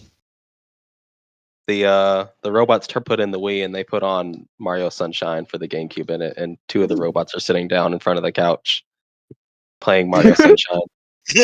I'm just watching them. I'm like, man, these graphics are amazing. Princess Peach looks really good. Princess Peach about to make me act up. Forget how to act. So Javier, you have I want to give you this one and say that you have focused enough that the memory has been fully uploaded to the system. Allie's just finishing up some of the buggy areas, like any like slightly missed areas from the memory, making it a full 3D space based on your memory, and patching up any of the blurriness from vision, all that kind of stuff, yada yada yada. And then she tells you, "Well, it's fully ready to go, and I'll give you your privacy once it's booted up." Thanks, Allie. And she disappears. The simulation room starts to become your mom's house. All right, Javier had just walked through the door. He's Yep. gonna take it all in. The clean living room. Everything is currently paused, so any people you run into are going to be not active until you tell the simulation to fully start, just to give you that moment to take it all in. Right. He's gonna be looking at pictures on the wall, and then he's gonna ask the simulation to start. And as you say that, everything starts to move. Okay, he's gonna go straight to the kitchen where his mom and his brother are waiting for him to get home from work. They are there. They his mom's like, mijo, like, finally you're home. Like, here, I made one of your favorites, and it's believe it or not, soup. It's soup, like chickens, like homemade soup from scratch, like his mom always used to make them. And his little brother Danny's sitting there. He's like, hey, Avi. He's like, you're back from work. How was work? And Javier is just gonna look at them both for a second, like trying to hold back tears. And his mom's gonna run up to him and be like, "Oh, mijo, like, what's wrong? Like, was work that bad?" And Javier's gonna hug her and be like, "No, I'm just glad to see you all again." Like, mijo, you weren't gone that long. He's like, "I know." And then sit down and have this meal with them while they just talk about their day. And he's laughing at everything they say, like just enjoying the moment and looking at both the two people he loves most in this world. And the dinner's over. Everybody else goes to bed, and Javi's just still sitting there at the table by himself. And he just sits there for a good while before he just tells the simulation to end. And he just starts crying. As the simulation Well, just ends, you couldn't see this during the simulation, but as everything starts to go away, Orion is just standing there. you said I didn't see him. You couldn't see him in the simulation, but as soon as you said stop it, as soon as you said the simulation to stop, as everything started to turn back into the room, he's just standing there. You don't know how long he's been in here. He's just gonna wipe the tears from his face and be like, "Oh, Ryan, it's you. What? Did you need something?" I guess I should ask you that question instead. Me? He's just gonna be like, "Me? I'm fine." Clearly, you're not. Hayakawa told me about what happened today. Oh, that it was just a lot to see him again. He starts to walk towards you. I understand. And I see Allie has finally told you all about the memory scanner. This room can be used to help train yourself, experience things in the vastness of space to keep you comfortable in these 10 walls, like a park, mountain ranges, lakes. The memory scanner is a part of a therapeutical aspect to it. It's good to relive things, see them again for the first time, all over again. It's good to hold on to things. But I know the temptation to never end the simulation and never leave the room. I'm not going to stop you from occasionally seeing your family in this way, but I will not allow you to live in here forever, living a lie. Nah, man. I just needed to see them again, just one time. I'll probably never do this again. It's okay if you do. I'm not going to stop you. I understand. And at this point, I think all of you know that I understand very well. I see that Charlie is downstairs on the couch playing video games. Have you seen Luke? Nah, I left as soon as we got back. I don't know what either of them are doing, except for Charlie, I guess. No. Unless you need any more time to yourself, whenever you are available, head to the common area. I'll do that now. He's gonna start trying to walk past Orion. He waits for you to walk out of the room. And as you walk out, the door is closed, and Orion goes up to the computer and puts his hand on the thinking cap and just looks at it, and then just decides to walk away from it and leave the room in his search for Luke, which we will go back to Luke right now. We're going to need to go back to this map anyway. So, Luke, you are riding your motorcycle. Yep. He's just looking for wide, long stretches, like where he can just zoom and zip through traffic and everything. He's got his headphones in. He's listening to one of his Nirvana CDs. He goes across the bridge, he goes on into town, kind of zips around, looks for another long stretch. Eventually he'll find like a little shopping area.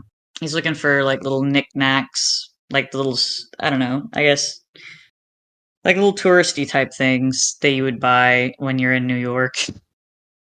They do have a lot of things, but they also, because of the Power Rangers, they have little knickknacks that look like the Turtle Power Rangers, shells included. They got a lot of Power Ranger related stuff. They also got other things like Statue of Liberty stuff, the Big Apple. But yeah, he's looking for like some simple souvenirs. Yeah, there's plenty of stuff. He's gonna get himself a coffee cup because he likes novelty coffee cups, and then he'll get Javier and Charlie each something that he thinks they'll both will like. It is sweater season, so there are some sweaters. He'll get like the little sweaters. He'll get 3 sweaters, and then he'll zip around a bit more on Taka. And after he's done with that, he'll tell he's ready to come back to the ship. You're teleported back to the ship, back into the vehicle bay. There's no one down there. Everything is quiet. Where do you go now?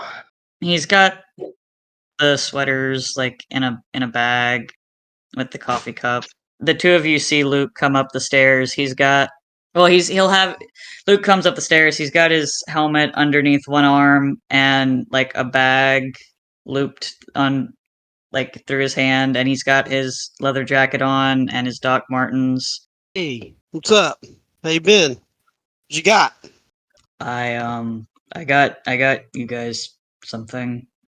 Oh, when'd you have time to go get that? I asked Allie for a favor. I realized that we didn't get any souvenirs while we were in New York, so I figured I would do that. Oh, thank you so much. What? Man, I didn't even think about that. Yeah, it's I mean, it's like just the stereotypical little like New York sweatshirt, but there's 3 of them. Oh, nice. Are y'all just still watching the robots play Super Mario Sunshine? Yeah, yeah. Javier's gonna put on the sweater and then just like chill on the couch watching these guys watching the robots play. I put my New York sweater on too. Thank you so much, and I give Luke a hug. He's gonna still after having that emotional moment he had in just today in general. He's gonna look at you and be like, "Yeah, thanks, Luke." Probably the calmest you'll ever see him. Luke kind of dead fishes whenever Charlie hugs him, and he sort of awkwardly pats Charlie with Yeah, and everything. I sense that it's not the best. Not the moment. Back off, yeah. You guys would have noticed that anytime you typically hug Luke or you get touchy-feely with him, he kind of like either dead fishes or he is real awkward about it.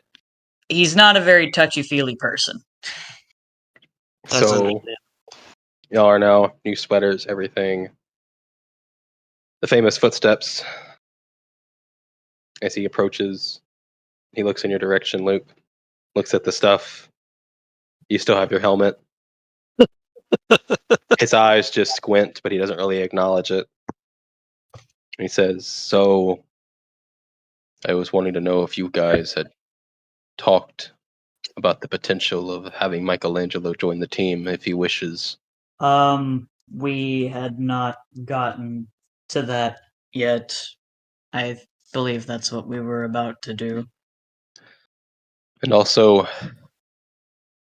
although it would make things a bit easier, given the circumstances, I'm not going to force someone to be somewhere they don't want to be. Jiraiya has expressed his want to stay on this earth and not come with us. He wants to stay in New York. He says it's been a lot for him to take in. He is currently on the fence and talking to Hayakawa. Hayakawa is trying to convince him it's their best bet of getting home if they stick together. But Jiraiya has become unsure about leaving. Orion, I have a question regarding just sort of our mission, if you don't mind. Go ahead. I was kind of led to believe that we needed to kind of be secretive about being Power Rangers. Well, at least that's what my Zordon told me, that we would basically be in public in our suits, and I know that there's a level of secrecy that we have to uphold. If Mikey comes with us and something happens to where they demorph, and I know we're going to be in like other worlds and other universes where it's not like we are who we are. I've always just kind of felt kind of fuzzy on the whole like secrecy thing. If nobody knows who we are, like does it really matter? And how are people going to react to seeing a turtle? Like, what if he's assumed to be like a monster and stuff? These are just things that are running through my head. It's a very understandable thing.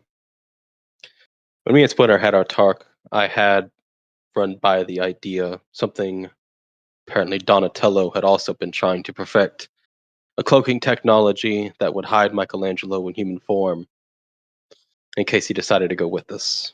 That's what Hayakawa is currently working on while trying to talk Jiraiya into staying. That sounds awesome. It would allow Michelangelo to go with y'all in the day with not having to be cooped up in the ship all the time. I understand where Splinter is coming from, and maybe the best bet to figuring out what Michelangelo's role may play in this entire event may be through coming with us. But Michelangelo does not seem the kind of person to speak his own opinion and just goes with whatever people tell him to do. Before we make a decision, where is Michelangelo right now? He's on Earth with his brothers. I look at Luke and I'm like, Luke, as our leader, there's been a handful of times where you've talked me or Javi down from freaking out, and you just seem to understand a lot about sort of like what I'm supposed to be as a companion ranger. I think either your sort of sense and way to word things, or my maybe me and Tabby or something. Maybe we could visit Mikey and try to really coax out what they really want, and that could help our decision a lot. Either one of us, or maybe both of us, or just if you're not up to it, I could go and talk to Mikey for a little while and just see what they think. I think that would be a good idea for us to talk with them and see if we can get a better sense of their feelings on the matter away from external pressures. Yeah, it might not be easy because they've been.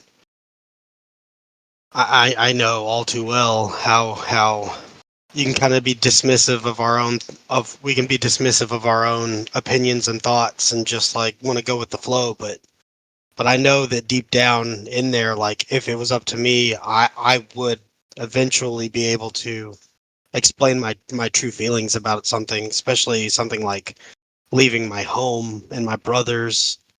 Would we be allowed to speak with Mikey? Yes, that is the idea. Yeah, I don't even feel like that it would have a point in us talking without having talked to him first. I suppose let's take care of that. And while I understand Jiraiya feeling quite overwhelmed, I am in agreement with Hayakawa that the it would probably be his best bet to stay with us for him to be able to get home, but I suppose we could always come back here to get him once we figure that out. That is true. We could always come back, and he would have fellow rangers here. He wouldn't be by himself. He would have the Turtles, April and Casey, and Zordon to help guide him through this time. Also, I think maybe Jiraiya and Mikey, whatever we decide, I think that they should kind of stay together, because if Mikey has insight into the cracks of the outer shell, they might be a good indicator of when the other multiverses open. That's also true. Unless y'all have been working on some sort of way to scan that without sending Well, Mikey into some strange seizure. if y'all want to go speak to Mikey, you can bring him here or go to wherever he is currently. I will go back to the engineering bay, and perhaps we can, if he really does not want to go, we will have to leave him here. Maybe we can tell him that it's best he comes with us. Maybe I can convince Jiraiya of that. And I look at Javi, and I'm like, and Javi, I mean, I didn't mean to dismiss you. Maybe your recent run-in with sort of like the memory of losing your brother, that could help a lot in talking Mikey into telling us their true opinion, if you're up for it. Maybe this is a job for all three of us to go talk to them. You have valuable insight. Um, well, my brother left me. I didn't get to leave him. And then you have, I don't know your story, but I saw how you were with that version of your brother in the park. And that could be sort of a way to, I'm not trying to manipulate Mikey into staying with us or staying home, but I think we need to just lay all He's just gonna interrupt you and be like, I think Mikey should just be with his family. Honestly, I think that's how kind of I felt too, but we really should ask them. Unless I look at Luke and I'm like, unless it's one of those situations where grown-ups are not, I know that Mikey's older than me, but I'm just saying, like, it's one of those situations where we just make a decision and then they just have to deal with the repercussions because we decided without them. We need to go talk to Mikey. Yeah, let's just go talk. Should we go down there or pull them up here? Orion is going to pull out his thing. Zordon? Come in, Zordon. Yes, Orion. Do you have the location of the turtles? Yes, they are currently here at the command center, going over their plans in the coming days. And Orion looks at y'all. Well, they're all there. Maybe you should go down there instead. I think the idea was for us to talk with Mikey one-on-one. But we could pull Mikey aside down there. At least it'll be like a home court advantage for them. That's true.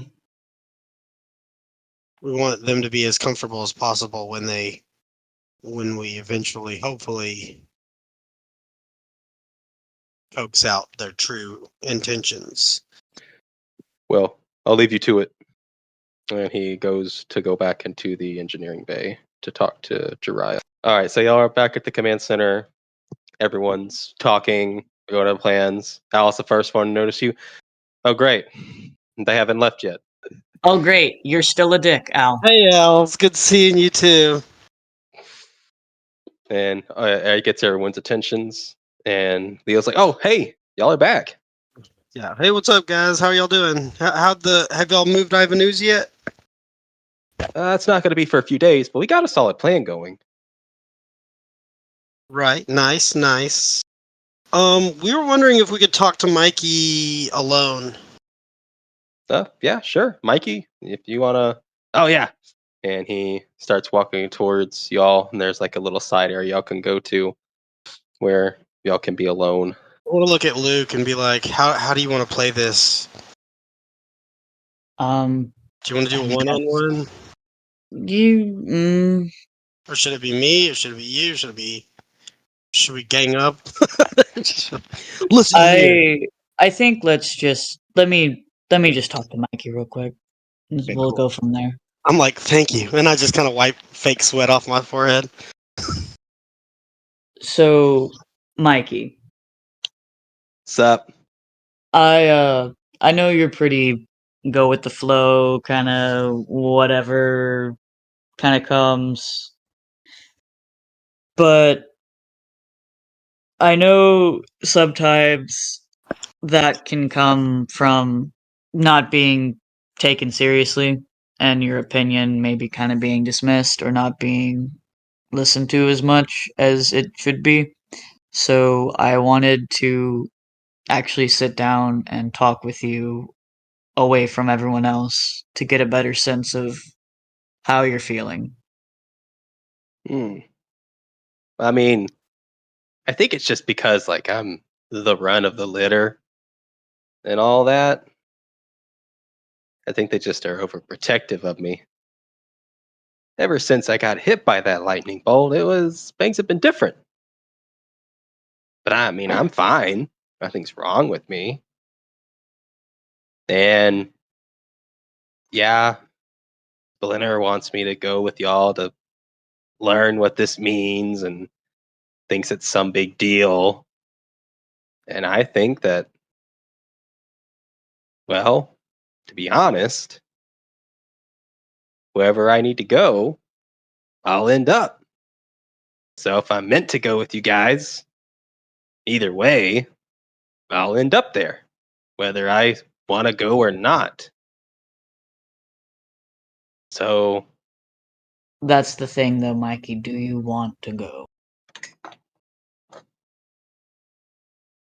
roll me. I was going to say persuasion. You're trying to persuade Mikey to talk about himself more. And so persuasion, Luke, and you're going to have to beat Mikey's 16 cleverness. Damn. Yeah, no, Mikey's just going to. I get what you're saying. But like I said, it's wherever I'm supposed to be. Luke's just gonna kind of look Mikey up and down for a second. Hmm. I guess talk with Charlie for a minute, and we'll just think about it. Your opinion matters. He's just going to nod. And I guess it's now Charlie's turn. I walk up and I put down, I'm like, how you doing? You want some water? Cigarettes? Do you have everything you need? So I got a good cop, bad cop. Sorry about my partner. They could be a little brash. No, I'm not really doing a good cop scenario.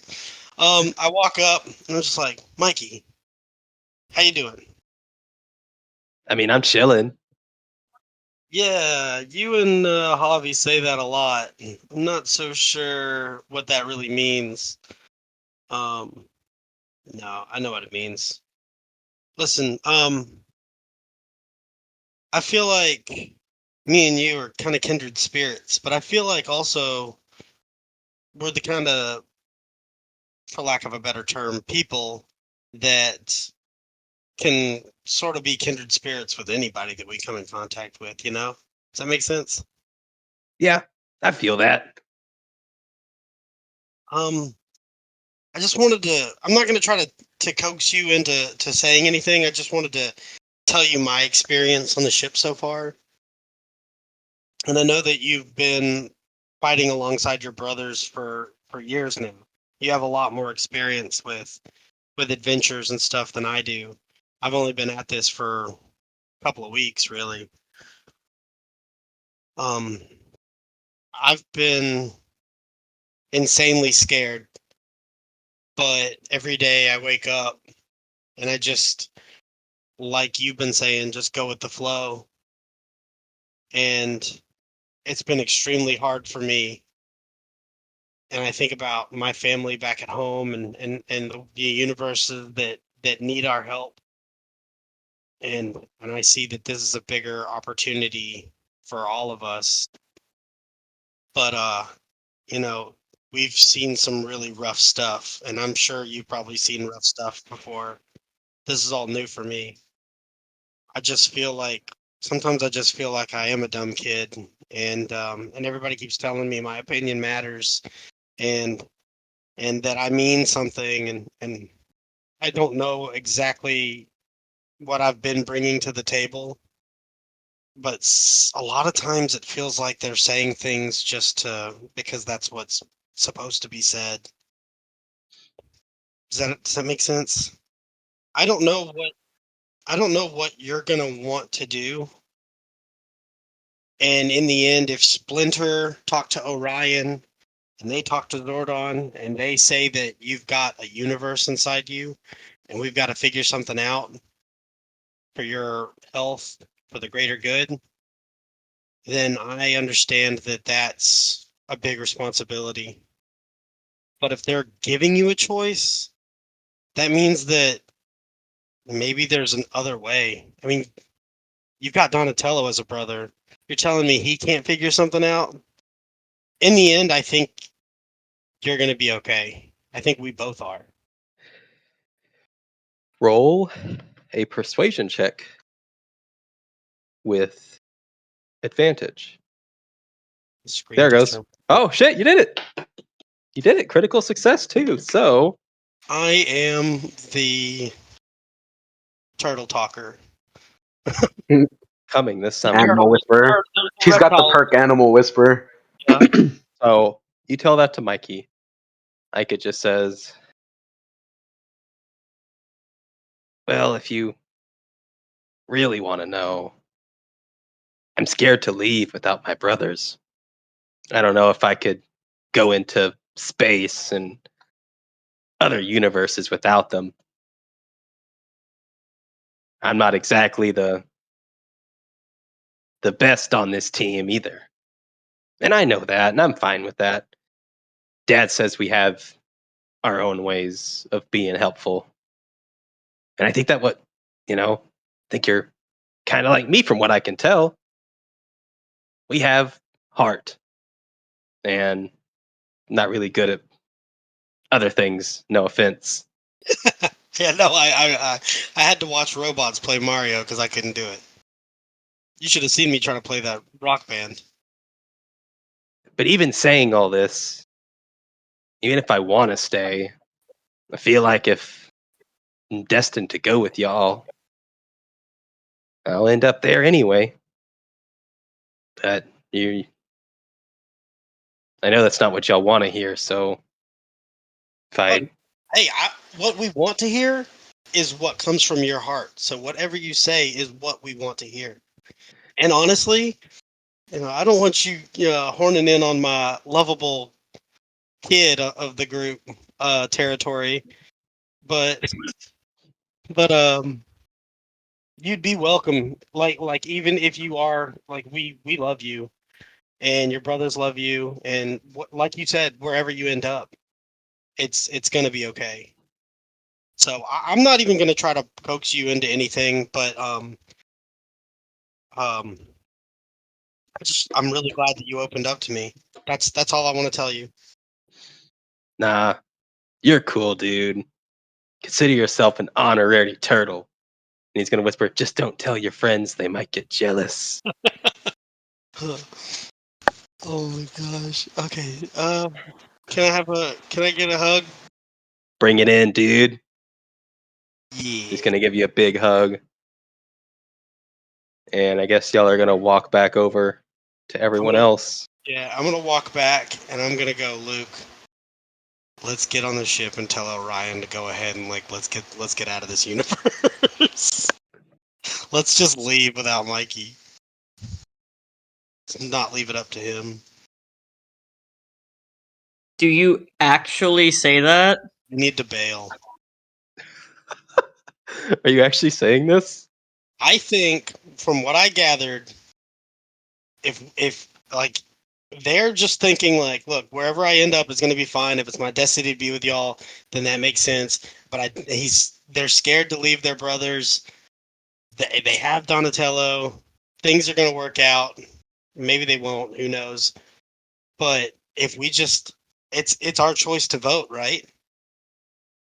Yes. I truly think that Mikey will be better off. I don't want to question the wisdom of Splinter, Orion, and Zordon. So again, I really don't know, but it's worth considering that we should just get out of Dodge without like giving them more time to think about it. Head to C-137. Mm, my only concern is that if something happens like it did the other day, where Mikey starts having a seizure, how are they supposed to stop it? I point at Donatello and I'm like, that dude right there is the smartest thing I've ever seen. I truly think that Donatello could figure something out. It's like how they did with me, and they took the golden energy off of me and put it in batteries. Like Orion and Allie, they're great, and they're smart, and we have access to the multiverse. But we're not the end all be all of. We're not always going to have the answers. I don't think. You guys said that my opinion matters, and I'm really feeling in my heart that Mikey should be with his brothers. That's my opinion. That's what you and Javier have both decided. I think, but also when you say that me and Javi both said that, Javi and I both lost brothers. Not, I haven't lost my brother to that same degree, but I think we're both coming from a place of wanting to be with our brothers, and that's why our opinions are the way they are. That doesn't mean that they shouldn't still be taken into account, and you do have a good point. Because, they said that whatever happens, happens, but they did say that they were scared to be without their brothers and they didn't want their brothers to potentially get hurt without them here. Yeah, that's why I'm saying let's take that decision off of everybody's plate and we get in the ship and go to another universe without Mikey. Yeah. Luke's gonna pull up his communicator. Orion, we're ready to come back. Damn, y'all just gonna dip on everybody? Kind of a dick move, but honestly, it's for the greater good, I think. So we're not constantly going back and forth on should we do this? Is it for the best? They've got a universe inside of them. Are we going to figure that out? Like they already have weird multiversal stuff that they deal with even without us. So I feel like in their adventures, something's gonna, like destiny, like Mikey was even saying, whatever happens, happens.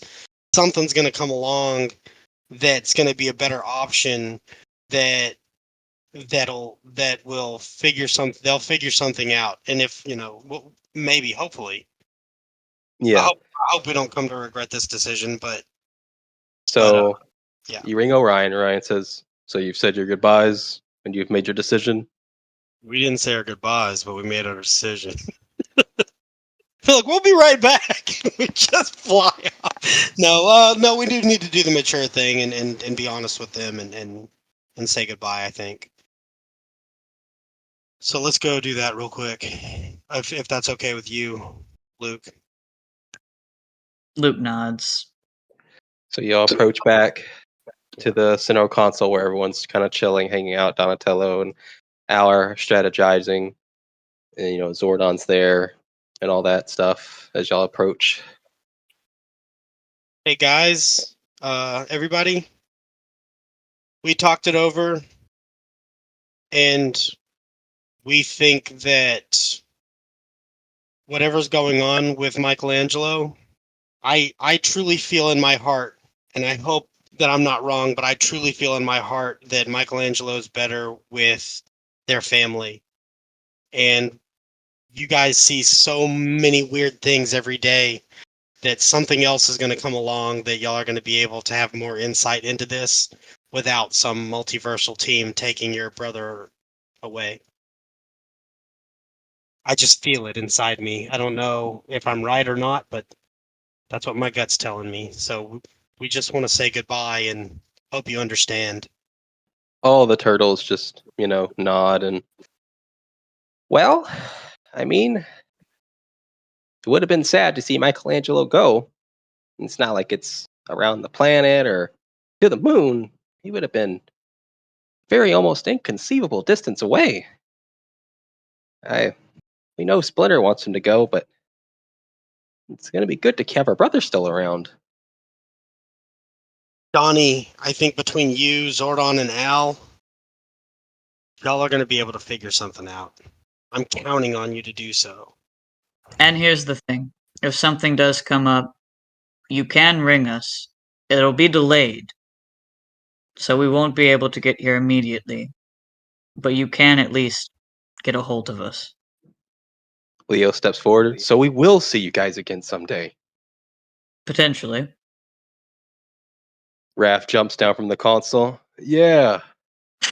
Because I want one more round with Javier there. At some point. You better come back stronger, too. He's gonna he's gonna he's gonna walk up to him with his fist out and be like next time I'll win. We'll see about that. He touches your fist with his fist. One more thing before we say our last goodbyes. That young guy that we met yesterday, Jiraiya, if he decides to stay here, does he have a home with you guys? They all look at each other. Is he not going with y'all? He's torn right now. It's very overwhelming, everything that's been going on, and so he's a bit on the fence about whether he wants to come along or whether he would rather stay here. Well, if he needs a place to stay, he can come stay with us. Or Casey. Casey's got another couch. It's a pull-out couch, too, so he should be fine, but he'll have somewhere to go. It'd be good to have another ninja on the team. Maybe he could infiltrate the Foot Clan. I'm just joking around. So, I guess this is goodbye then. And Mikey's just sitting there, just like, well, I guess I am meant to be here. Feels good. Thanks, guys. Yeah. But before y'all leave, Zordon asks all three of you to approach his tube, Javi, Luke, and Charlie. Okay. Yes. Orion has told me that you have only been on one mission so far to another Earth, that this is the beginning of your journey. If you would like to, I would like to offer words of wisdom that can go with you throughout this entire situation you find yourselves in. No, we're good. Just walks away. Oh my god. Luke will incline his head as if to say, go on. Yeah, absolutely, Zordon. Whatever. Yes. Orion has told me about what lies ahead on the next Earth that you are going to. That it is crowded by dark energy and is starting to swell. If I may say this, I believe that no matter what happens, each of you will come back from that Earth wiser and stronger than you have ever been before. It may be a test to your strength, your willpower, but you will get through it. I have faith in you from what I have seen in your interactions with my Rangers. If I can say any two things, it'd be to stick together and may the power protect you. Thank you, Zordon. Thank you. Are y'all ready to teleport back? Yes. Yes. Yep. So y'all do. Y'all teleport back to the ship.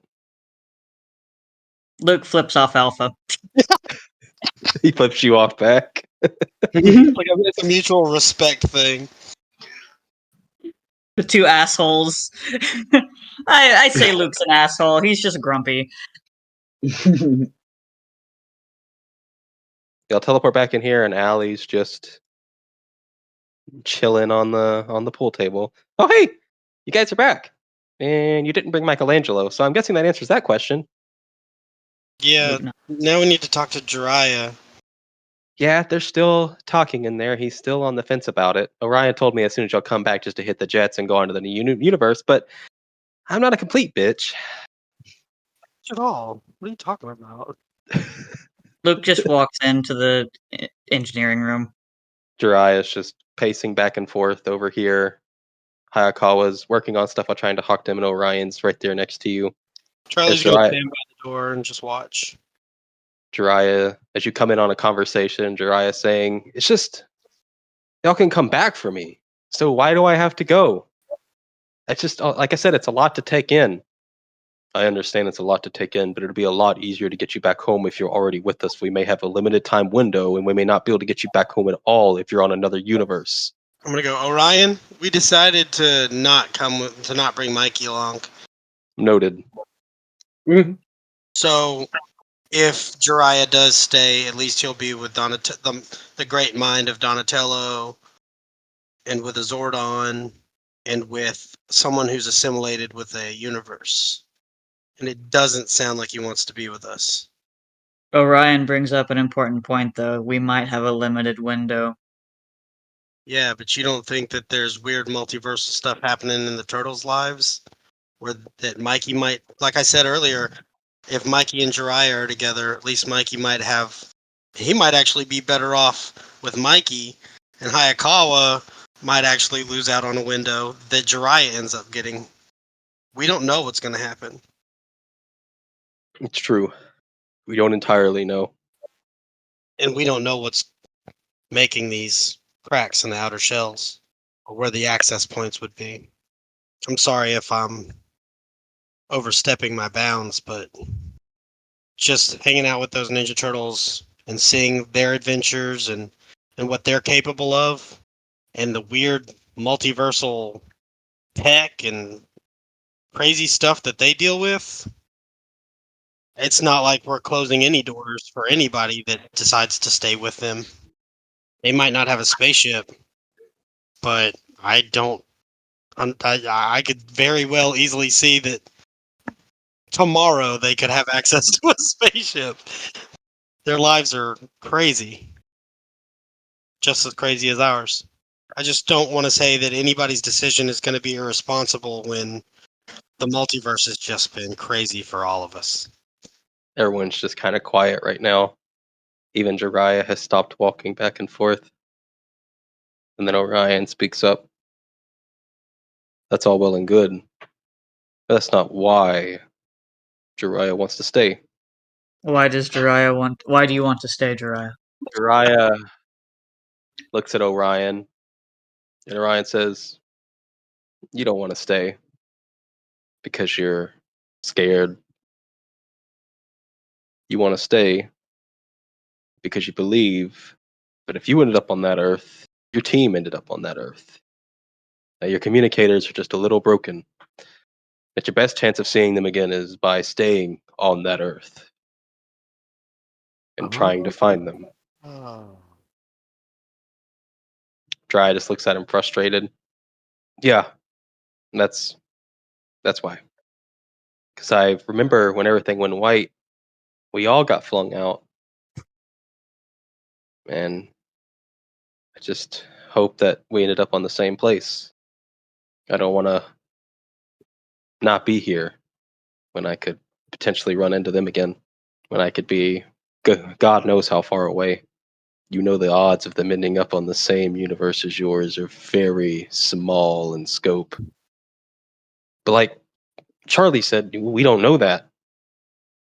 They could be there. Just can't get in contact with them. I'm inclined to side with Orion on this, unfortunately. The likelihood of your team, even one of them, also ending up where you ended up is slim to none. Especially when something that volatile happens. And Jiraiya, I really like you.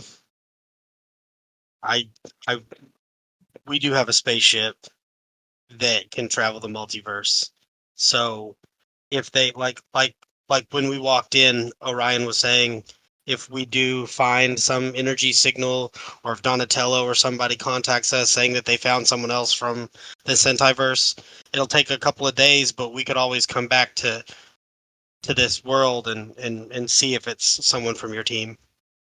That's a good point. Donatello and the others have a way of contacting us. We can let them know to keep an eye out. So if by chance there happens to be one of your team members on that Earth, they can let us know.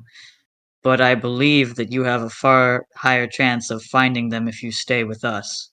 Yeah, if it's a numbers thing, it's the odds are better with us. He's gonna go up against the wall and slide down it. Maybe y'all are right. Like I said, one, it is a lot to take in, and two, I just didn't want to. I didn't want to leave them alone somewhere they didn't know. Not their Earth, not our multiverse, even. Jiraiya, do you trust your team? Were you the leader that took care of everyone on your team? I wasn't the leader. You gotta trust that they'll be capable to find their way, and hope. Just have hope that you'll see them again and that they'll be okay. And if there's anything that I've learned, it's that Rangers tend to end up finding each other whether they're trying to or not. So if any of your team is on that Earth, I'm sure they'll find other Rangers. World just has a funny way of working that way. But like Charlie said, you have to trust in their capabilities to be able to manage. You're not leaving them alone. Yeah, y'all are probably right. Just have a hard time wrapping my brain around all this multiverse stuff. It's a hell of a lot for anybody. But I guess maybe I'm not alone. He's gonna stand up. After all, I guess technically the closest thing to my home is Hayakawa. Hayakawa's twiddling something. He's just like, "Man, that's what I've been trying to tell you this whole time. You just weren't listening. So you're going to stay. I guess for now I will. Tabby's purring and sitting in his lap, if that's okay. So y'all have no more needs for this earth. We are ready to leave." Luke nods. Allie appears. He looks at her. All right, let's get moving. And y'all look outside as Star Wars X fashion. The little stars start to get really long, and then you just okay. Well, before you leave, Orion's gonna say, "I don't know what lies ahead. It's pretty dark, but it's not on Earth, and I haven't been able to quite figure it out with the probe. Data's been too slow. May have to find out the hard way. I suggest you take your team and prepare." Orion Zordon told us that you talked to him and said that where we're going has a very dark energy, and that our strengths, our will, things like that will be tested.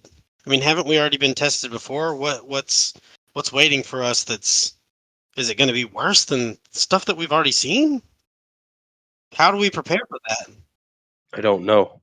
I'm going to look at Luke and I'm going to be like, "Can you please teach me some karate?"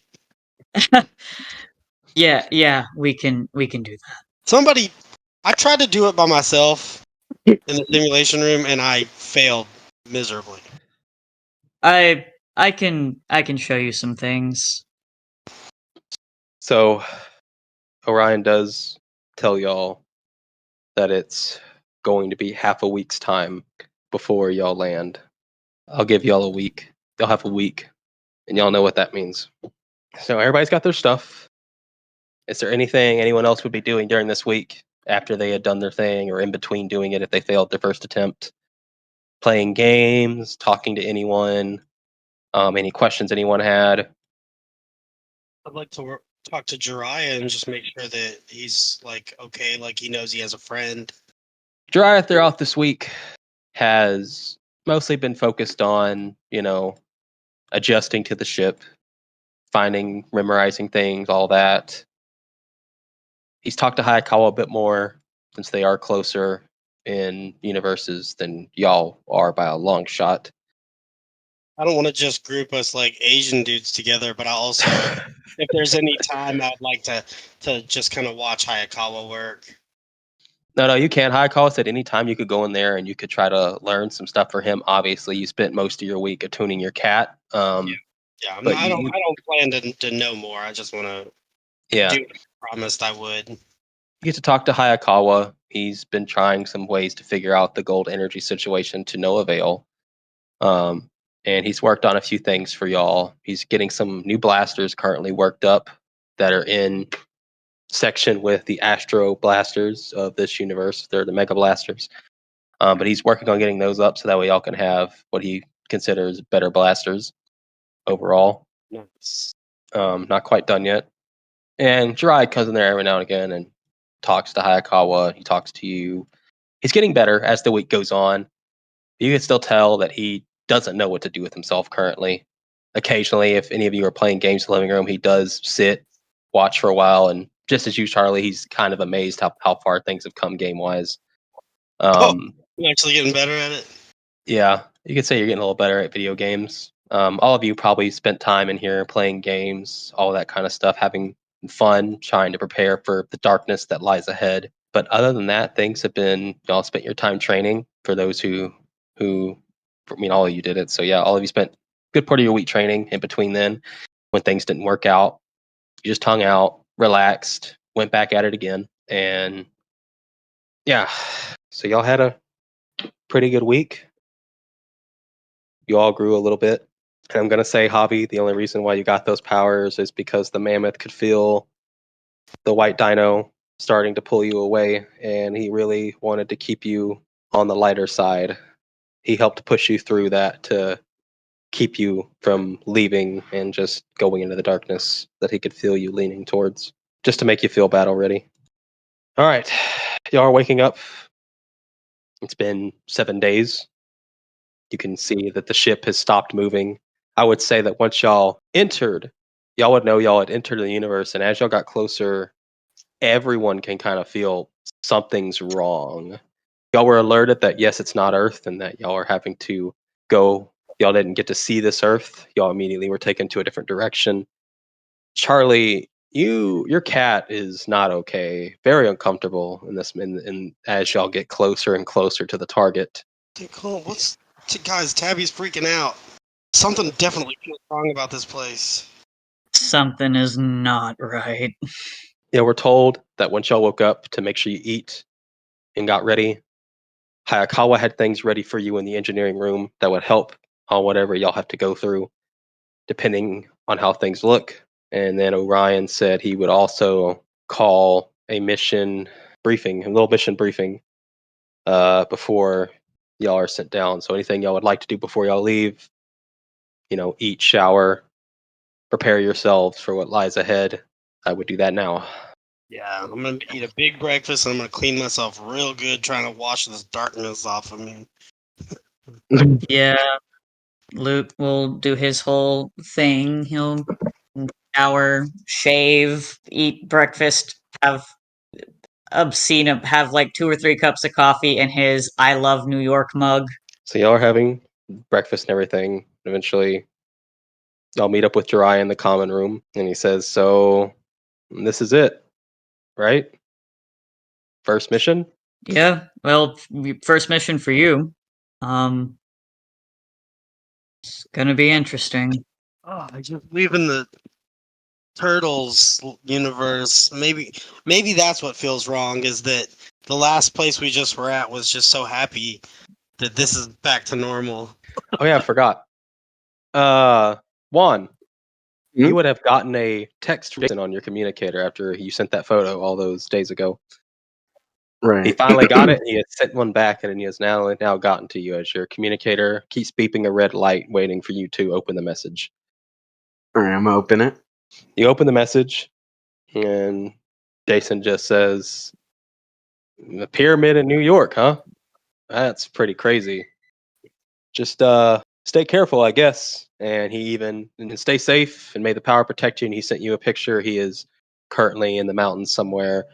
He was sitting on Blitzing Thunder when he sent the picture. And you can see that he's on a road and you see the mountains in the background. You send him anything back? Fuck, I wish, damn, I should have taken a picture with the turtles to send them. Not gonna believe you now. I'm just gonna text them. I'll be like, yeah, like, these are kind of crazy. We saw, you ever see the Teenage Mutant Ninja Turtles? Yeah, we met them. And then send it. Well, technically, if Jason was with Andros and Zane, he might have run into the turtles. But the one with Venus de Milo and those weird ones. We don't talk about it. So y'all are sitting here when, the usual happens. Heavy Mhm. footsteps as Orion comes in. Oh, great, you're all here. Well, I'm assuming you were all ready. As ready as we can be. We have quite a bit of things to go over as he gets up in the front. Lights go dark, hologram stuff, yada, yada, yada. Y'all are used to this. He says, unexpectedly, we have come to a planet that I know all too well. The probe, right as we got close, was finally able to find the source on this planet. We were already on our way, but it gave me a little bit of insight of what we're going up against. I tried to look further back in the history, but it's so clouded with darkness that I can't put any of it together. We're going into this one blind. Unless we find someone who can explain everything to us, we have no idea what happened, and we just need to figure it out as we go. The image the probe sent back, where we're going, the planet we're orbiting, is the planet known as Miranoi. Wait a minute. And that object, that colossal space station crashed into the mountains, is known as TerraVenture. Charlie did some research on this. TerraVenture in the multiverse is usually associated with the Quasar Rangers, the Rangers that I created. Miranoi is the planet I left my legendary 5 swords encased in stone, waiting for chosen warriors to pull them out. There's a great darkness in the big dome of TerraVenture. It's cracked, moss has grown all over it, but the darkness lies within. So this isn't going to be exactly the TerraVenture that I researched. It'll be it, but it's destroyed. The probe went to get closer to see what he could get from it, but the darkness was too much. The probe was not able to continue contact and immediately went offline. Whether by sinister sources figuring it out and destroying it, or just the presence of the evil itself, we are unsure what lies within there. Well, we were told to stick together, so let's stay close to one another, guys. Hopefully we can find some benevolent being, someone to help us, someone to give us information. Y'all three will be going in together first. I will send Uriah immediately after I have caught him more up on things that he will encounter. He will join you shortly. Or maybe y'all will come back sooner than I think, and it's just something we can't help. Maybe you all aren't going to be ready for what lies within. Jeez. If I was up to strength, I would say all you'd have to do is call me, and I would come to your aid. I might even go down there by myself, but in my current status, I am unable. And though I have tried throughout the weeks, to no avail, I have not been able to remake the lights of Orion. Sir, you said that we're going in blind. Does that mean in this version of TerraVenture, do you know, or Miranoi, do you know if the swords are still intact or if someone has them? I tried to sense the swords. It didn't work. According to my calculations, if the version of me that existed before put the swords here on Miranoi, they aren't where I put them originally. Ooh. And the timeline is too far ahead for them to not have been gathered by the Quasar Rangers. TerraVenture's here. It's crashed. It's destroyed. There is no sign of any human life outside of the dome. If there is, they're shrouded in darkness in the dome, and I can't see them. The only thing I have been able to configure with Allie, what happened here, is that the Quasar Rangers failed in their quest to go through the Lost Galaxy and failed to protect TerraVenture. That means whatever's here must be really powerful. Indeed. But if this energy keeps swelling and bloating like this, there's no telling what's going to happen. If y'all are ready, Hayakawa has a few things for you. Because as it stands, we're going to have to drop you near where the probe got the original image. You will have to make this trek on foot. If you were to use Lightning Cruiser, you may alert an enemy of our presence. As it stands out in orbit, we are currently being shielded and cloaked. But if you were to take Lightning Cruiser down to the surface, it might alert them sooner to your presence, and whatever lures in that darkness may come for you instead of you getting the jump on it. So stealth is important on this. Very preferred. Sir, do you believe that being morphed might give off energy signatures that could give away our location? You only need to morph if it's absolutely necessary. Whatever this is, morphing may also be a beacon for them. All right. Sounds like we're going on a hike. Ali has prepared provisions, set up.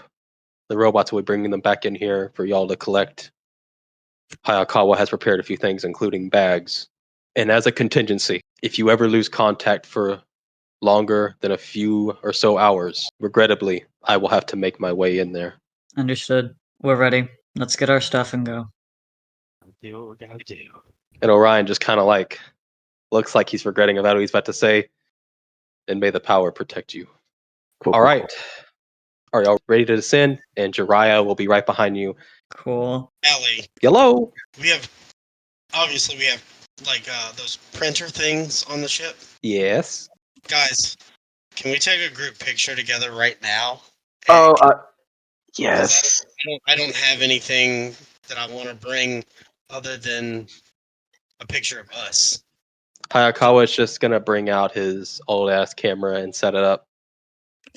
Can I also want to take a. I also are gonna have like a little, the little ball on the morpher like come out and take a picture so I can send to Jason. Okay. So let's say y'all are all in front of the right next to this couch. So all of y'all are gonna line up however which way y'all want to. And 5, 4, 3, 2, 1, snap. And there's the photo. And then of course after that flash goes off, the little ball floating for Javier snaps as well and then flows back into his communicator. Yeah, can I get a copy of that before we go down there? Yeah. Hayakawa's gonna take the camera and run in here, and he's got a new fast way of processing film that he's developed while he was here. And it takes about 6 minutes, and then he brings it back to you and gives it to you, Charlie, for you to have. Thank you so much. In my world, it takes like over 24 hours to get pictures back. It was a little slow, so I made it faster. But if everyone is ready, it's time. Allie preps y'all's coordinates to where the photo was taken, and y'all are dropped right in front of the lake. Y'all are on Miranoi, and across the lake, going in the direction of the lake on the map. Within the mountains, you see Crash Terraventure. You can see the birds flying around it. The dome is cracked. The other pieces sticking out of the ground, and you are needed to be heading in that direction. Your map was downloaded to your communicators. It only goes so far because it was not able to process the whole thing due to the energy surge. So it goes to a certain degree. You would follow this path to the right here to start going around the lake, and then eventually getting around the trees and heading in between the mountains to get to the Crash Terraventure. Now that we're here, can I immediately just kind of like do like an alertness check and scope the immediate area? Yeah, if any of y'all want to do an alertness check, you are welcome to. Might as Just well. kinda take a look around. Don't want to miss anything. Javier, you're playing your PSP. Everyone's just like, let's scope the area. And you were just like, yeah. I am the god of war. Playing on the PSP. And then Charlie. So Charlie, you're looking around. You don't see anything. And then for a brief moment, you feel like you see movement in the trees across the lake, but you don't see it again. So you're just like, it was probably just how far it is. My eyes adjusting. The sun's out. That's fine as you continue to look. Luke, however, you see similar movement, and you adjust your eyes. There's definitely something moving around those trees. You just can't make out what it is, but there's definitely movement big enough that it's either a big animal or it's a person. You can't quite see. There's probably multiple of them.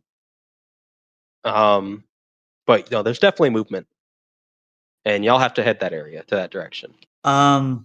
There's movement in the tree line across the lake. Saw something, but I didn't. Javier's just gonna be like, "We're in a forest, fool. There's animals." Yeah, that's kind of what I was. It's big enough to be potentially humanoid. Yeah, on Javier's PSP, you just hear, "Rah! Rah!" just like I am straight the god of war. up. So y'all are beginning to travel, following the trail map as far as it can go around the lake. As y'all are going, probably takes y'all. We'll say it's a big lake. Takes about 30 minutes to an hour. Time on this planet is set to y'all got here around 1 o'clock, so now it's like 2:33 around that area as you'll get around the lake. Around where y'all saw the movement. And y'all are at the edge of the tree line near the lake, and y'all can't see anything anymore. But Luke, you do notice that there seem to be some sort of tracks, but they're kind of distorted. It's a little muddy around here. You can't quite tell if they're human or not human, but they do appear to be bipedal in nature. Where the movement was? Yes. Hmm. And now here's where the map starts to point in the direction of Terra Venture. And it gets in a little bit in there, but doesn't quite get there because of the energy. And Charlie, you yourself are already starting to feel that weight of it, and y'all aren't even in the center of it yet. Can I do just like a basic like aura check? Yes, you can do an aura check. I'm not even going to make you roll for it, because if I don't make you roll for it, all you're going to see is darkness. If you want to try to focus it and see within, I will let you do that. Yes. What do I roll? We haven't rolled for an aura check. You usually can see, but we're going to try to see if you can see within. It's a willpower thing. I guess we'll do alertness, but instead of a D2, we will give you a D6 because your smarts and alertness together make a 5, but we're just going to give it a 6. So make it a D6. Okay. And Keep it 10. Keep it 10. I just want to see how high you get. Damn. You rolled max on That's 2 both. critical successes. Okay, so that's an aura like, guys, I'm checking the aura and it seems really dark. I'm gonna see if I can focus and see within. So it's like the like Scooby Doo thing where like he gets and he like points at something with like his face because he finds it or whatever. That's what Tabby does. She like straightens up and leans in and does that Scooby Doo pose, and as she's like helping you focus. So deep within Terra Venture, there is a darkness, a singular darkness that has accumulated the whole thing, the sole purpose of this entire thing. It's a dark and cold kind of energy. And then you focused in so much on Terra Venture. As you go to pull back after seeing that, there are literally thousands, if not more, auras within the mountains. You can't quite tell what they are, but there are a fuck ton of them. I'm gonna start looking at Javi and be like, whatever this dark energy is, it's coming from one source inside TerraVenture. And guys, they're in the mountains. Are the other auras around us also dark? Can't tell. I just know that the source of the main darkness is there, and I point at the broken civilization-y place. And then I'm like, I don't know if what's in the mountains maybe is could be trapped. I know in my research of the Lost Galaxy, there were a lot of people that were trapped, frozen like Stone Lake, and the Quasar Rangers mostly were trying to find some sort of way to free them of that like station like state, like that frozen state. I don't know if that's what we're gonna run into, but it could be that. I don't know if frozen people would give off an aura or not. If they're still alive, I would assume so. And I think that they would be, but I don't know if that's what I'm seeing here. I'm very confused. I'm still learning a lot about it, but I know that whatever's in Terra Venture that's waiting for us, it's something very dark. we might end up facing an enemy that I don't know. An interesting thing about, with the dark aura, you can feel the sinisterness, the cold. With the billions of things, you get nothing. So maybe those are the civilians that were frozen. Do we want to try to track down one of the auras that is close to us outside of Terra Venture to investigate that first before we go inside? And it's in the mountains. We could maybe go recon that. That would probably be safer. Yeah, we should just to see what the state of those beings are. What's the closest one that you can pick up on? It's just there's like millions in the mountains. There is some that get close to you, but it's further closer to Terra Venture. And as far as you can tell, it's within the landscape. So Either a point, and I'm just like either way, we're gonna have to probably go towards Terra Venture. We can see whatever these beings are. We're gonna see it. We just need to probably stay stealthy and stay close to one another. All right, Javier, you need to be on full alert, so turn that off, please. Please. All right, he's just gonna put it in his back pocket. Okay, we approach. you'll start to go further getting within these high grounds. As you start to get close where Terra Venture crashed, apparently it had crashed pretty hard and tumbled in some of the hills and slight mountains within the area that it crashed.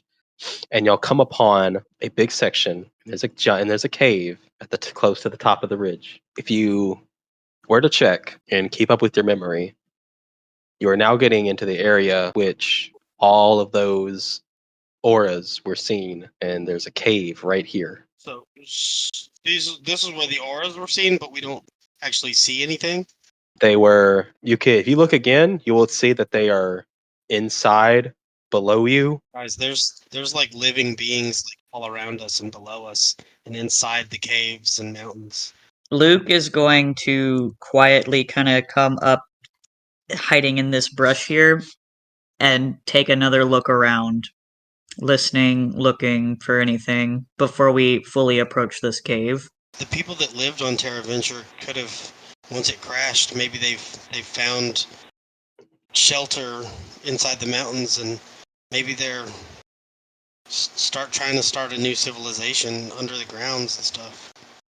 Maybe so. All right. Well, Javier has no idea what you guys are talking about, so he's just gonna walk. Luke's being stealthy. He's not just gonna walk right up in there. What the hell, Javi? And he's in. He's in. Do you actually go in? I do go in. Gotta stay Luke with would him. like to keep him from doing that. If we can't keep him from doing I'm it, dragging Luke behind me. Yeah, you're gonna have to roll higher than Javi's Toughness. we have to stay Oh, with him. Ryan said to be stealthy. He did say to be We have stealthy. stay together. Yeah, but there's nobody around. So if somebody's not being stealthy, we still have to like prioritize stealth or just stay together because whatever danger. And he is staying together. He's bringing Luke along. Is it athletics or might to try to keep Javi from fucking steamrolling in there? Might. I'll be pulling too. I'm assisting. Charlie's helping. So you roll with advantage, I guess? God damn. Luke and Charlie are just getting dragged. Like Luke's holding Oh. on to Javi's backpack, trying to keep him from going forward, and Charlie's holding on to Luke's backpack, and we're just getting dragged behind him. And Javier's just gonna be like, and he's like, yeah, get it. It's a dark cave. Yeah, you can hold on to me if you're scared. Javi, we were supposed to be stealthy, and what are we doing? Javier's gonna say, you guys are the only ones being loud. Yeah, shut the fuck up. So there y'all come into the cave, and this is a good place to leave. Y'all got on Terra Venture. Y'all are now in a dungeon that I have set up. This is not something y'all have to do now. Something you could come back to, but I'm gonna let y'all know now. This is a dungeon. It's got several maps to it. There is stuff to get here, but it's not something y'all have to do now. Y'all, thank y'all very much. That was really a lot of fun. Yep. I'll catch y'all next week. All right, Goodbye. James. Bye.